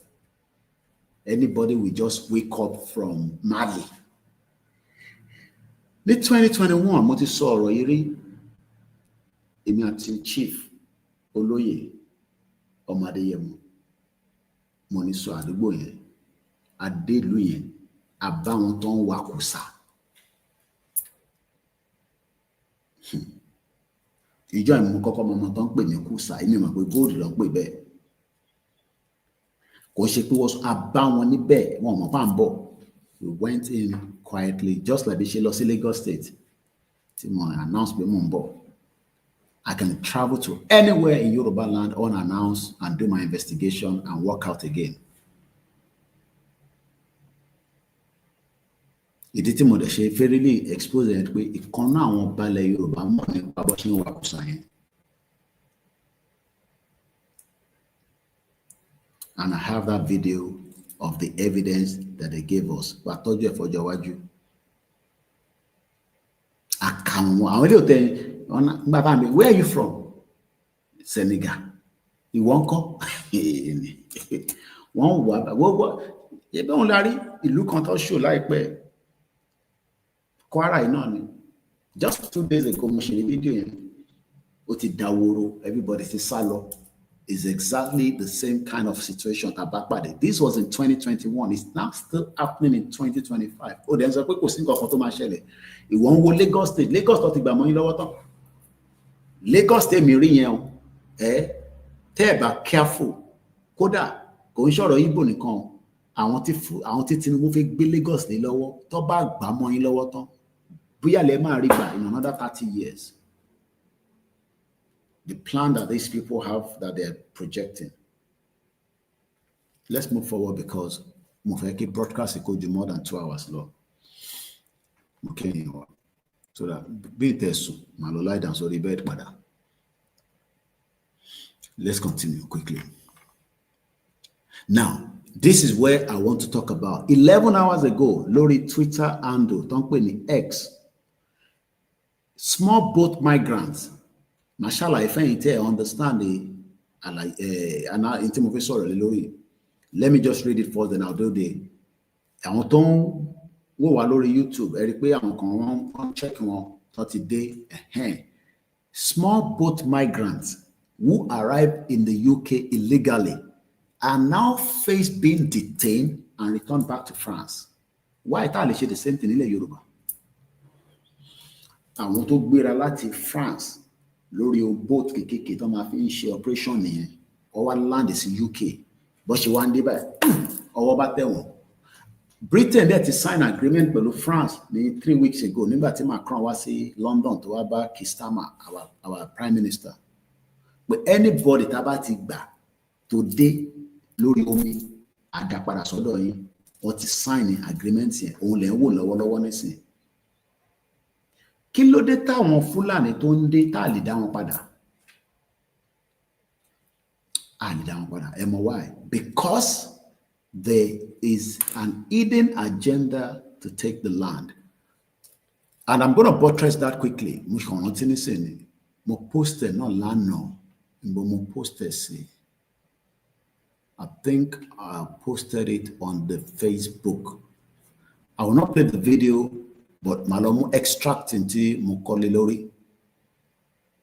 When a former army chief, so repentant Boko Haram Tamansoye, you can go on my Facebook and you'll see the video, but my son T write up to Mukole Lori because he came with the write up.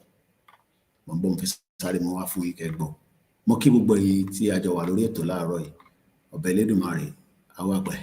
was a 12 minutes. I'm not going to play the video. No, I don't want to play the video. Britain. Now, you see the reason why I'm saying Britain hypocrisy. The same Britain that created Nigeria. Igbo kì í ṣe kan náà, Yorùbá kì í ṣe kan náà, Hausa kì í ṣe kan náà, àti wá ní Fúlàní. Àwọn wá ń defend the border tiwọn, and our own border is left open. Yoruba nation. We want Yoruba nation, even if it's just to defend our border. Kí lolóyè ṣe ń sọ pé a fẹ́ security nìsín. Ètò ààbò. I need ètò ààbò. Benny, Britain did us. Britain did Tobani, the worst thing in our life. Only Britain ṣe fún gbogbo wa. Àtẹ̀ntó ń gbé ní UK lọ́wọ́lọ́wọ́ nísìn. Àtẹ̀ntó wà nílé. Àtẹ̀ntó wà l'Africa. So don't come and defend what you don't know about. Not defend it. You don't have to even agree with it, but not defend it in to money. Not defend Nigeria. Because to bad defend Nigeria, it may destroy Nigeria pẹ̀lú media mi. Torí Nigeria fare ti wa destroy, but media mi ma to expose gbogbo ẹ̀ jáde fún yín. Òun lè rí, gbogbo la rí nísìn lórí social media. The same Britain is defending their borders. They don't want us Yoruba people to defend our borders. Torí kíni? Can we defend our borders in Yoruba land while we're in Nigeria? Could possible? Because in Tommy, we defend the border is tale fi jẹ́ kó wọlé, tale ní jẹ́ kó wọlé. Ṣé mo lè lọ nísìn pé kí n lọ dúró sí Kwara, kí n dúró sí Jeba yẹn, kí wá ní, oh yeah, who are you? I'm coming from Anambra. Where are you going? I challenge me. In tó pè ní border post in here, I challenge me. I'm like, why? Money, because you are going to Yoruba. And no, it's not Yoruba land, it's Nigeria. But níjọ́ tó bá ti di Yoruba land, I'm on a border post. Yes, I'm only ní permit on my wọlé. Just like baby náà ṣe ní resident permit tí mo fi ń padà lọ sí London. Kò ṣe gbogbo èèyàn ló ní British passport. I keep telling you that. The difference between some of us is that ẹ̀yin tẹ́ fẹ́ lọ gba visa ó yàtọ̀ sí ẹni tó ní permit, ẹni tó ní British passport ó yàtọ̀ sí ẹni tó ní British passport àti ẹni tó ní resident permit. The same passe lọ́wọ́ ìyàtọ̀ kan ní pé passport ló yàtọ̀ láàrin àwọn méjèèjì.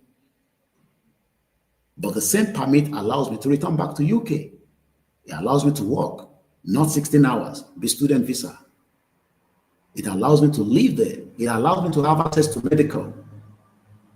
Tí bá sick in sin, wá gbé mi dé London, I would have access to medical. Bí wọ́n bá sick in sin lórí visa, tó bẹ́ẹ̀ kó náà fẹ́ lọ gba medical, kó gbọ́dọ̀ sanwó, kò ń ṣọ̀fẹ́. Because you are not a resident. Ìyàtọ̀ nìyẹn. So right now, people that are living in Yoruba land, they are claiming resident of Yoruba land because we're in one Nigeria. That will stop Tabati country. In terms of Nigeria, Yoruba nation, Yoruba nation. What is the meaning of Yoruba nation? In talking Yoruba nation, we control the borders. Only control border. To repeat Tinubu 9th Nigeria. Baba Akintoye ni a fẹ́ control border. Yoruba country. You can see the difference between these two people. That's why I said at the beginning of the topic, Professor Akintoye on sọ̀rọ̀ nípa bá ṣe máa defend the border wa. Tinubu ń sọ̀rọ̀ bí ó ṣe máa jẹ́ kí border wa kó wà open. Máa fún yín ní evidence. Because the next slide, tá fẹ́ fi wọ̀nyí nísìn. I'm not going to play the video because we are avoiding any video for now on our platform. But gbogbo video tí bá fi pé a lè lò máa ti post ẹ̀ sórí Facebook wa.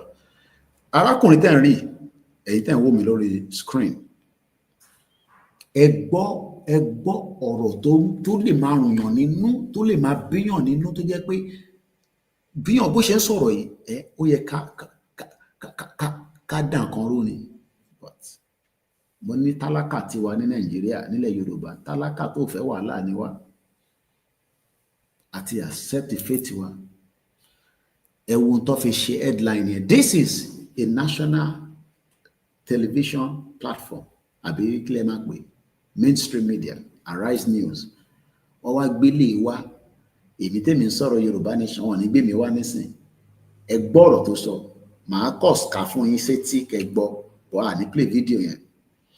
The title or the headline is Rehabilitation of Repentant Terrorists. Nígbà tí mo rí fídíò ìlànà, mo tún lọ wo meaning rehabilitation. Do you understand what they're talking? Rehabilitation of repentant terrorists. Pé ẹni tó ti pààyàn, tó ti ṣe jàmbá sílẹ̀ Yorùbá àti anywhere in Nigeria. Pé kọ́ rehabilitate wọn. Let's go further. Repentant terrorists deserve rehabilitation, not death. Ó ní wọ́n gbọ́dọ̀ pa wọ́n. nígbà tí mo rí news lánàá, lóòótọ́ àti máa ń gbọ́ àti máa ń rí most of the time, but they are becoming very bold now to come out and say, and then so what? In terms of payments, the power to domugo. Abi, Ọlọ́run má ṣe wá lómùgọ̀. Ọlọ́run má ṣe wá ní dídìrín. Ọlọ́run má ṣe wá ní ọmọ tí àgbo ẹ̀ tígbà tí wọ́n bí tí kò pé òun ló dàbí pé tó ń ṣe wá nísìn. Ṣé là ń ṣe gbà tẹ́ pé àgbo tó fi wẹ gbogbo wa táwa ń sọ pé àgbo yẹn mo lè mu àgbo mọ́ o, but ó fẹ́ mu panadol. Bọ̀ inú panadol yẹn náà àgbo ni. Àwọn kò sọ di èyí tó máa easy fún wọn láti tà fẹ́mi àti àwọn pharmaceutical. Omen tó ń sọ̀rọ̀, retired brigadier general, former Nigerian army spokesman Sani Usman. Ṣé èèyàn tí mo pọ́n mọ́ Fúlàní lélẹ̀? So gbogbo time tẹ́lẹ̀ wà lórí tá a máa ń pè ní the army spokesman, àṣé interest àwọn ẹ̀yẹ ló ní lọ́wọ́ tó ń pè ní Fúlàní. Ṣé ti rí pé a ti wọ gà o? Àti wọ bàbá wàhálà gidi. Ẹ wá ní kí Tinubu rí ọ̀rọ̀ security ṣe. Báwo ṣe fi rí ṣe? How? Ọ̀nà wo ló fi gbà rí ṣe? We are in big mess. When I saw this man yesterday, 12 minutes lọ́rọ̀ tó sọ, tẹ́ bá gbọ́ ọ̀rọ̀ tó sọ yẹn, ẹ máa wonder pé the more tá bá pẹ́ nínú country, oh my Lord, mo kí ẹ̀ tẹ́ ń darapọ̀ mọ́ wa. Let's read it quickly to the article. Repentant terrorists deserve rehabilitation, not death. Terrorists were there against their will. Nigerians need to understand the benefit of rehabilitation program. They cannot be blamed or killed as they were forced into it. They can lay down their arms and be rehabilitated. Retired Brigadier General and the former Nigerian Army spokesman, Sani Usman. Nǹkan ṣẹlẹ̀ nínú Nàìjíríà yẹn. Níjọba Tinubu, ó yẹ kí Tinubu ti tẹ̀lé mọ́lé. Ìyẹn mo ṣe sọ pé Tinubu is a weak element. Anybody dúró pé Tinubu máa restructure Nigeria, á fún wa ní country. You're wasting our time. Ó jẹ́ kí President Bola Ahmed Tinubu tó bá jẹ́ pé ọmọ Jagaban ni, ó yẹ kó ti ní kó tẹ̀lé mọ́lé fọ́rọ̀ tó sọ jáde lẹ́nu yìí lórí national television. Because ìgbà tẹ́ pé Tinubu fún ara ẹ̀ ti ní kó repentant wọn, kó fi wọ́n sílẹ̀. Ṣé mọ̀ pé budget wà fáwọn Boko Haram repentant ní Borno State? Kò ń ṣeré o. Wọ́n ní nínú budget tó ń ṣe, budget wà fún wọn. How did we get to all this? Is because we were fooled that we are one.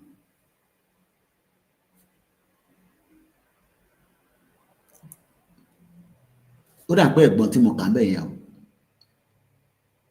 o. Ó ní, you cannot blame the terrorists, but they can blame self-determination campaigners. Pé à ń béèrè fún ẹ̀tọ́ wa, wọ́n blame àwa, wọ́n lé wa kúrò lọ sẹ́yìn òde, wọ́n lé Ìgbòho lọ, wọ́n lé àwa lọ, lé Bàbá Akintoye lọ. Àwọn tó wà nílé, wọ́n threaten wọn. Tó bá súnmọ́ ọmọ Yorùbá ní Lagos State tí mo lọ, pé ṣe fẹ́ Yorùbá nation.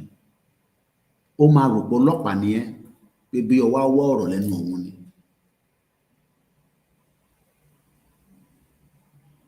That is the situation we found ourselves in this country called Nigeria.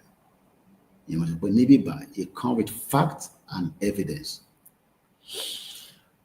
And to baba audio wa pàdé, ẹ bá wa jẹ́ kó dé ọ̀dọ̀ àwọn ẹlòmíràn. Koikimedia bringing the work closer to your doorstep. Lẹ́ẹ̀kan sí ní ọjọ́ kẹsàn-án nínú oṣù kẹjọ ọdún ogún àti ẹ̀ẹ́dọ́gbọ̀n.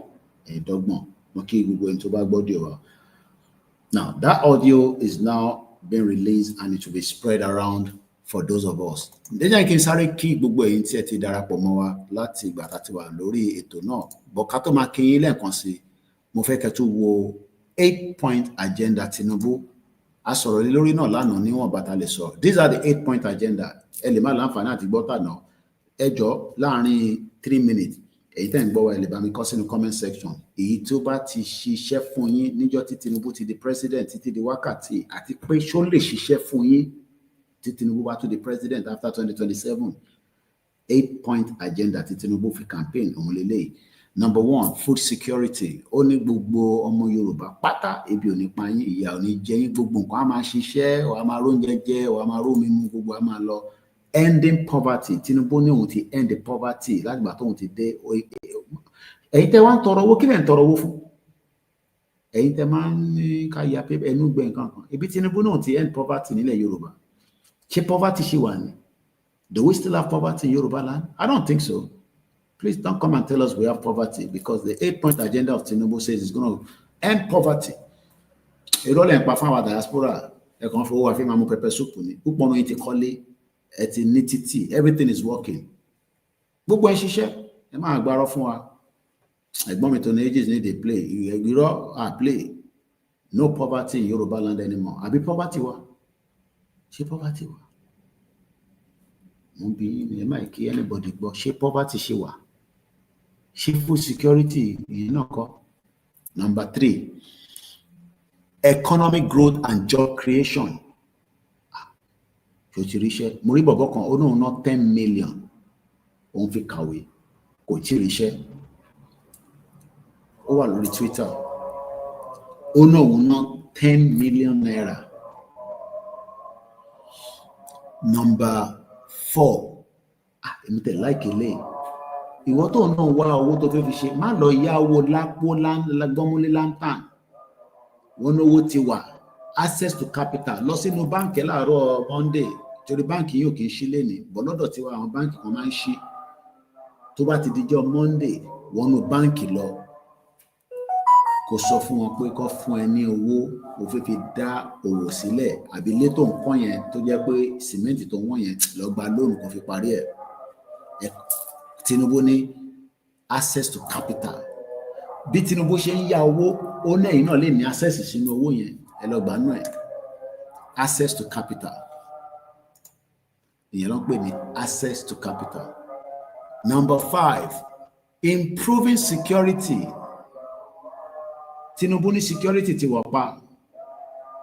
Ó ní security ti wà pa. So kí ló ń complain nípa security fún? Gbogbo yín náà ni máa kí pátápátá. Gbogbo yín tẹ́ ń darapọ̀ mọ́ wa, mo rí yín láti Hong Kong. Ìlú kan tí mo gbàdúrà pé máa lọ, torí mo sì mi ti ná Hong Kong láti 1980. Mo kí ẹ brother mi Yorùbá Nation Lafẹ́ TV. Bá ń kí gbogbo àwọn ọmọ Odùduwà, àwọn ọmọ ọmọ aládé tó ń gbé ní Hong Kong. Kó tó bí mi ní 1978 ni mo sì mi ti travel.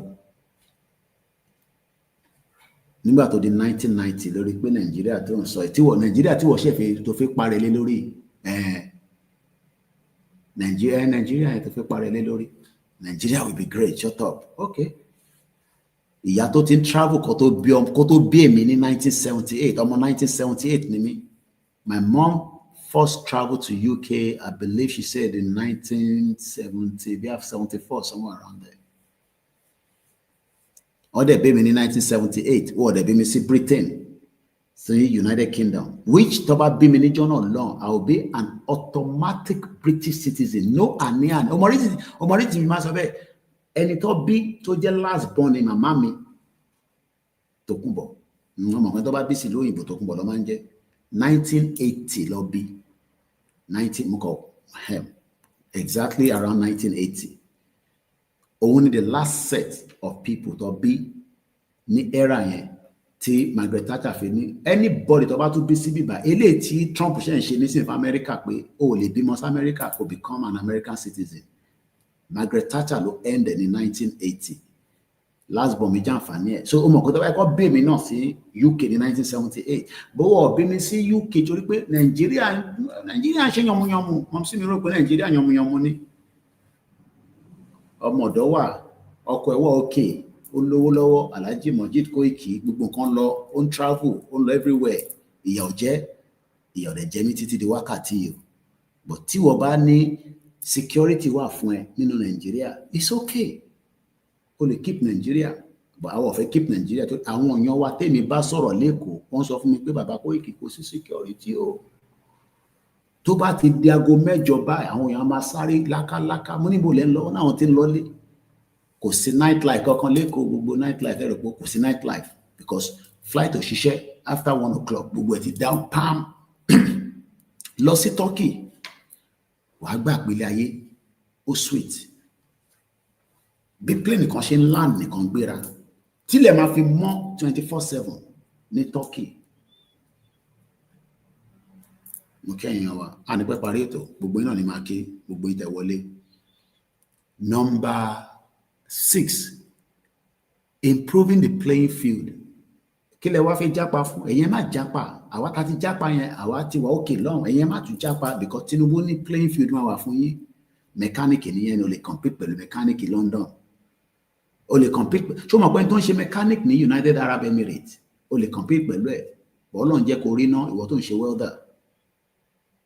Ìwọ tó ń kọ́ṣẹ́ tailor, Ọlọ́run jẹ́ orí ná, àfi tó bá ń lo ìyẹn lọ́ fi ránṣọ fún mi nígbà tá wá sí Benin, tá wá ṣe independent. Ẹ ṣàrí tailor yẹn, ẹ lọ wo fídíò tí mo ṣe. Mo wá ń bi ọmọ yẹn pé machine tó ń lò yá ti pẹ́ o. Ó ní táwọn fi kọ́ṣẹ́ nìyẹn. Òun ò gbọ́ Yorùbá dáadáa. Ẹni tó ń bá wa ṣe translation nìyẹn. Nígbà tá wá fún this was last week Friday àbí ọ̀rọ̀ aṣọ tí mo wọ̀ wọ́n ṣe àwọn fún mi ni. Nígbà tá wá sí Benin tá wá bá wọn ṣe independent. Mo wá ń bi arákùnrin yẹn pé kí ló dé tó ṣe ń lo machine tó ti pẹ́ yìí tó ń lo tàwọn ti gbàlódé.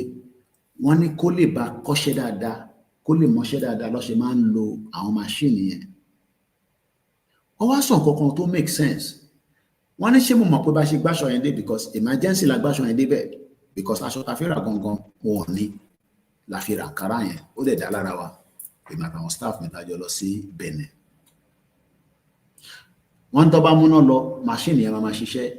Ṣé irú machine yẹn nìwọ náà ń lò Nàìjíríà ní 21st century? Àwọn machine takàtúkù tó máa fẹsẹ̀ níbi tí electronic machine ti wà tó fi ránṣọ nílùú òyìnbó tẹ́kù tó bá gbọ́wọ́ lé báyìí pàápàá a máa tẹ̀ lọ ní zoom tó bá ṣáà ti lè gé dáadáa tó gé ní wrong size. They play. Number 7, rule of law. Àtẹ̀dúpẹ́ pọ̀ fi ṣòwò rẹ̀ sílẹ̀ lánàá nígbà táriwo pọ̀ bí a Tinubu ti wò pé ilé ẹ̀ ṣàfilẹ̀. And the last one, fighting corruption. So mo kí gbogbo èèyàn wa. Ẹ jẹ́ ká sáré kí àwọn tó ti darapọ̀ mọ́ wa láti ìgbà tá ti wọlé níbi aago méjì sí 2 hours behind tá ti bẹ̀rẹ̀ program. It's almost 1 hour 55 minutes now. Mo kí gbogbo èyí tẹ́ ń gbọ́ wa. Mo kọ́ kí bàbá wa Ọláyíwọlá Àlàní tẹ́ darapọ̀ mọ́ wa ẹ káàárọ̀ sà. Bàbá wa Kọ́lá Làwà mo kí Ọlátòní Ages ẹ wá sórí YouTube ẹ tó sá lọ sórí TikTok mo kí bàbá wa Saheed Fatai happy Saturday mo kí Ìfẹ́ Olúwa Olúmídé Yorùbá Nation Now mo kẹ́yìn náà ẹ ṣé gan ni. Mo kí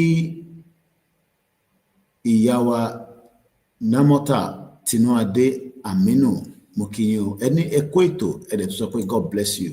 Danilóyèdè ní good morning the last man standing mo kẹ́yìn náà. Mo kí ìyàwó Namota ẹtù ní Yorùbá Nation no going back. Johnson mo mọ̀ pé ìṣẹ́dá kò wà lẹ́nu iṣẹ́ ó kọ̀ ra plug ẹ̀mọ́ etí ni iṣẹ́ lóyìnbó Ọlọ́run jẹ́ kó bá wa lára mu bọ̀ kò ń báyàn lára mu but a ní choice ọ̀sánwọlé ọ̀tọ́jú ara lé. He has a big fish pond project ilé Abuja ó ta gbogbo ẹ̀dánù ni. I pity Yoruba people that are continuing investing in Abuja. I pity you. I pity you all. Okay? Ẹ mọ̀ra yín àbí gbogbo ẹ̀yin tẹ́ ti invest Abuja. Ẹ máa wá ọ̀nà tẹ́ máa ṣe máa wá bẹ́ ṣe fẹ́ ta ní kíákíá. Ẹ máa sọ pé they play. One day ẹ rántí ọ̀rọ̀ tá à ń sọ yìí. Arákùnrin investment oníṣẹ́ Abuja ó ta gbogbo ìdánù ni. Èyí tó lè kó wá sí ìsàlẹ̀ kó wá sálẹ̀. Èyí tó dẹ̀ lè fi ṣe travelling. Òun náà ti japa. Ẹnu iṣẹ́ ló wà àbí kó wà ní off. Mo kí bàbá mi ẹ̀gbọ́n mi Idris. mo kẹ́yìn ti ara London after tó ríra kù díẹ̀ àṣìwà nínú Africa níbi tí iṣẹ́ ṣe ń lọ lọ́wọ́lọ́wọ́ mo kí àwa Esther Adéọlá Yorùbá lè fi kọ́ ń tẹ́kọ̀ jáde ẹ kú ètò ohun àbí wọn anyway going back lágbára Elédùmarè má bínú ara tí Britain dálẹ̀ náà ni ó jẹ́ ká gbọ́ Yorùbá dáadáa ṣé kan bàbá Mojí ẹni ọdún 2025 mo kí brother mi Aziz Gbadesere thank you so much mo kí bàbá Mojí Ibrahim lẹ́ẹ̀kan sí mo kí ìyàwó Esther Adéọlá ẹ̀yin ní 2025 ọdún ìyẹn fún 2025 because mo béèrè pé kí ni 2025 ní Yorùbá mo kí gbọ́n tẹ́wà lórí Instagram àti TikTok àti Twitter space àtẹ̀tẹ̀ ń gbọ́ ní anonymous kò mọ̀ pé wà lábẹ́ program èmi náà máa ń ṣe bẹ́ẹ̀ tí bá fẹ́ lọ gbọ́ program kan lórí Twitter space tí mo dẹ̀ fẹ́ kọ́ mọ̀ pé mo wà ń bẹ̀ I know people are listening but wọ́n máa fi anonymous so kò ní gbé wá síbí báyìí pé somebody is listening I know how this works Aziz Gbadesere ní Igboho Òòṣà Sunday Adéyẹmọ kàkàkí Elédùmarè ìmọ́lẹ̀ Yorùbá land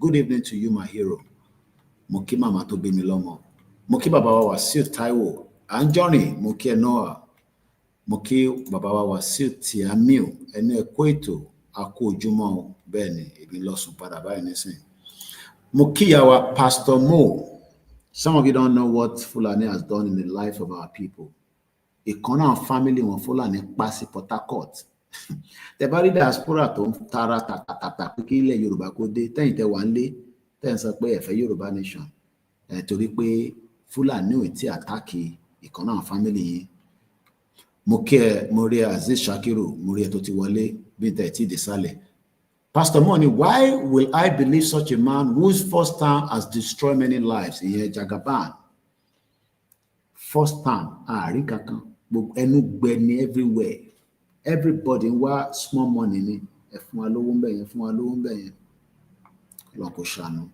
mo kí bàbá wa Sunday lẹ́ẹ̀kan sí mo kí àwa Comfort Ológunjà mo tún wá kí ìyá wa Comfort àánú olówó pọ̀ àwọn ìyá dáadáa my good brother good morning how was your night mo tètè sùn lánàá nígbà tí mo jẹ súyà tó dùn dáadáa lẹ́nu àwọn súyà kan wà níjẹ̀bú Òde mo tẹ̀ fẹ́ kọ́ bá mi ṣe kọ́kọ́ rẹ́ ìfi wọn máa fata sí dáadáa mo kí yẹn ṣe gan ìyàwó alálùbáríkà God will protect you in the name of Jesus bẹ́ẹ̀ ni ìyẹn ló ṣe pàtàkì torí bó ṣe wọn àwọn ọ̀tá òun ni pé kọ́ mú ẹ̀mí wa kọ́ lù mọ́lẹ̀ gbàlà gbogbo tó ń pariwo yẹn tó ń disturb social media space tó fi gba àwọn ọ̀rìn lẹ́sílẹ̀ humanity first mo kí yín o láti South Carolina mo mọ̀ pé yìí náà gbogbo yẹn ní pé fẹ́ lọ sùn òun náà la ṣe fi tètè parí ẹ̀ torí ẹ̀yin ará Amẹ́ríkà àti Canada náà la ṣe tún máa ń wá ní time báyìí náà kí ẹ lè jàǹfààní live torí pé time tá a bá ń ṣe láàárọ̀ yẹn ẹ̀yin ń sùn ẹ̀mí àwọn àgbàgbé ẹ̀ràn iléeṣẹ́ yìí náà lọ́wọ́ ẹ support wa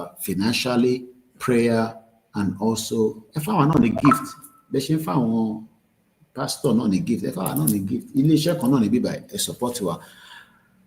mo kí ìyàwó Comfort lẹ́ẹ̀kan sí wọ́n ní you are doing a good job for Yorùbá land God bless you no going back bẹ́ẹ̀ ni tábàtẹ̀ go back kí bọ́lá fẹ́ go back sí ṣáà go back pẹ̀lú Tinubu ni mo rí comment kan lẹ́ẹ̀kan tí brother yẹn sọ mọ̀ torí pé tábà ti wọnú program mo fẹ́ wà distracted báwọn gbọ́ pé wọ́n ní Ìgbòho ó fẹ́ ṣiṣẹ́ fún Tinubu kí ni Tinubu ní kọ́kọ́ ló máa ṣiṣẹ́ fún ó máa ṣiṣẹ́ fún Àtíkù gan okay ó máa Àtíkù gan máa ṣiṣẹ́ fún mo kí Anjorin bàbá wa Matthew Oni wọ́n ní good one I used to tell people about what you just said when the time nobody will tell anyone to face our enemy bẹ́ẹ̀ ni bàbá Akintoye máa bẹ̀ wá nígbọ́ Ìgbòho gan máa bẹ̀ wá máa sọ pé àgbọ̀ ayé tí rẹ̀ dì lọ títí ni ẹ jẹ́ ká ṣe máa bá lọ báyìí díẹ̀ ọ̀bẹ Elédùmarè á wà pẹ̀lú wa fẹ́yìn tẹ́ ń sọ kábàkábà Ìgbòho ń ṣiṣẹ́ fún Tinubu ó ń ṣiṣẹ́ fún Tinubu ní wọ́n release account ẹ̀ èèyàn kan tẹ́ ń comment pé ṣèbí ó wà wanted ó dẹ̀ ń wá sí Nàìjíríà ẹ dá dúró lọ́nà tá bá ti ń bọ̀ again kẹ́ dá wa dúró lọ́nà okay kẹ́ pàdé wa lọ́nà kẹ́ dá wa dúró kẹ́ wá mọ tójú yín máa rí okay tá bá tuntun ń bọ̀ padà èmi àti olóyè Ìgbòho ẹ dá wa dúró lọ́nà. bí a Nàìjíríà nílé wa nísìn àwa méjèèjì àgbé ní Nàìjíríà èmi náà máa ń wá mọ̀ ń lọ ni ẹ ṣáà ti lé wa kúrò nílé wa tàtú lélẹ̀ pẹ̀lẹ́ ó ṣe ara ń tẹ́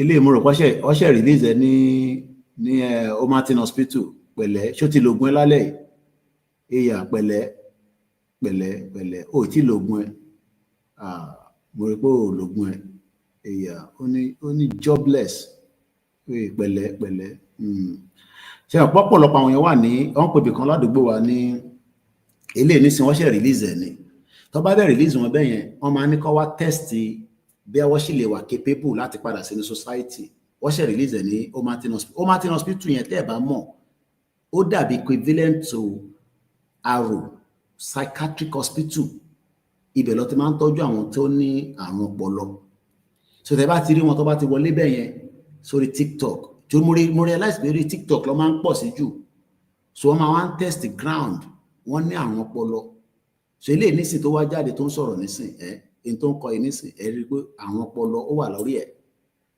nígbà tó ń sọ pé odidi èmi báyìí pé mo wà jobless mo kí ẹ máa bí mo kí ẹ tó wọlé ó ní mo wà jobless a wà lọ́dọ̀ Talon níjọ́ Friday last week náà ni ṣáàdọ̀ ní Friday ó ti pé 1 week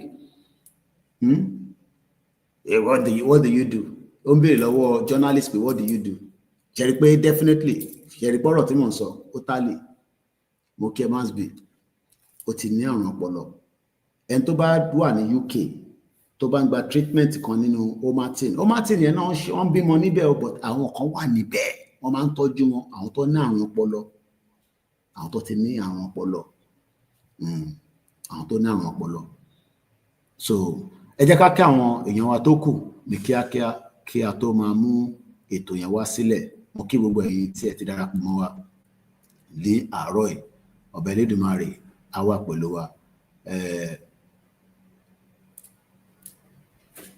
so now ẹ jẹ́ ká tẹ̀síwájú mo kí Anjorin lẹ́ẹ̀kan sí Allen Conde òun tẹ̀ like Britain rárá àwọn tó bá ń gbé ní China tó ń gbé ní Russia tó ń gbé ní gbogbo àwọn area yẹn tẹ bá sọ̀rọ̀ because Britain is a very biased media wọn náà wà biased tẹ bá gbọ́ kábàkàbà kóbòkóbò tó ń sọ you can get lost in it àwọn tá à ń gbé pẹ̀lú wọn ti mọ̀ even though ọ̀dọ̀ wa ló ti ń gba TV license wa they get their TV license from us. So most of the time, tá bá ń sọ fún yín pé tó bá ń gbọ́ BBC Yorùbá, BBC Yorùbá wà against Yorùbá nation, but ìwọ lè mọ̀ torí pé Yorùbá ló ń sọ lórí platform yẹn. So tó bá lọ sórí BBC Yorùbá nísìn láàárọ̀ yìí nísìn, àka news wọn níbẹ̀ àbí. But do you know that the agenda of the BBC Yorùbá is still the same agenda of Othman Dan Fodio?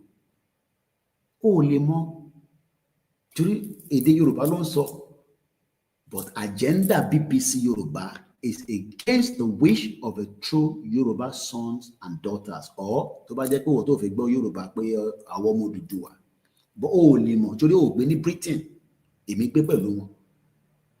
Àwọn òyìnbó gan sọ pé BBC is the British Bias Corporation. BBC yẹn British Bias Corporation. Kò sí òtítọ́ kankan lẹ́nu wọn tó lè gbọ́ tó bá jẹ́ pé ìyẹn ló lọ́n jókòó tí pé Koiki wọn sọ̀rọ̀ Yorùbá nation lórí BBC Yorùbá wọ́n lè sọ̀rọ̀ Yorùbá nation because corporation yẹn wà against ìran Yorùbá kò lè yẹ òun ló ti gbọ́ láàárọ̀ yìí anywhere tó bá ti rí BBC Yorùbá tí King Charles tó bá jáde láyé láàárọ̀ yìí mo ṣaláìsí ó jáde láàárọ̀ yìí wọ́n tó bẹ́ẹ̀ kó fi fóònù kó fi wá broadcast pé King Charles kú wọ́n máa gbé gbogbo kámẹ́rà pátá tó wà ní gbogbo UK proper gadget ọba ilẹ̀ Yorùbá kú BBC Yorùbá ń fi mobile phone ó fi ń sọ̀rọ̀ ọba ọ̀dẹ̀ ń kó ọba wàjà ẹ rántí nígbà tí the late Aláàfin wá gbé fóònù wọ́n fi ń broadcast àwọn òdìndé ọmọ aládé àwa tó náà dá tẹlifíṣàn sílẹ̀ àwa ṣe ń jẹ́ kí BBC máa sọ pé ẹ̀yin ò rí mi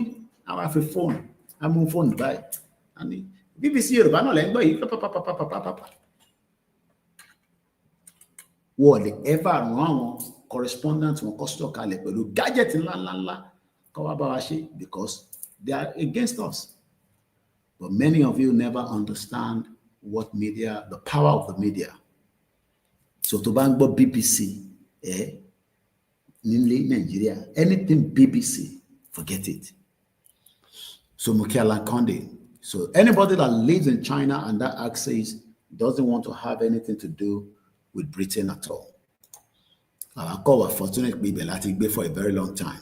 I relocate. I wish I relocate out of UK, after I had my permit. I wish I did.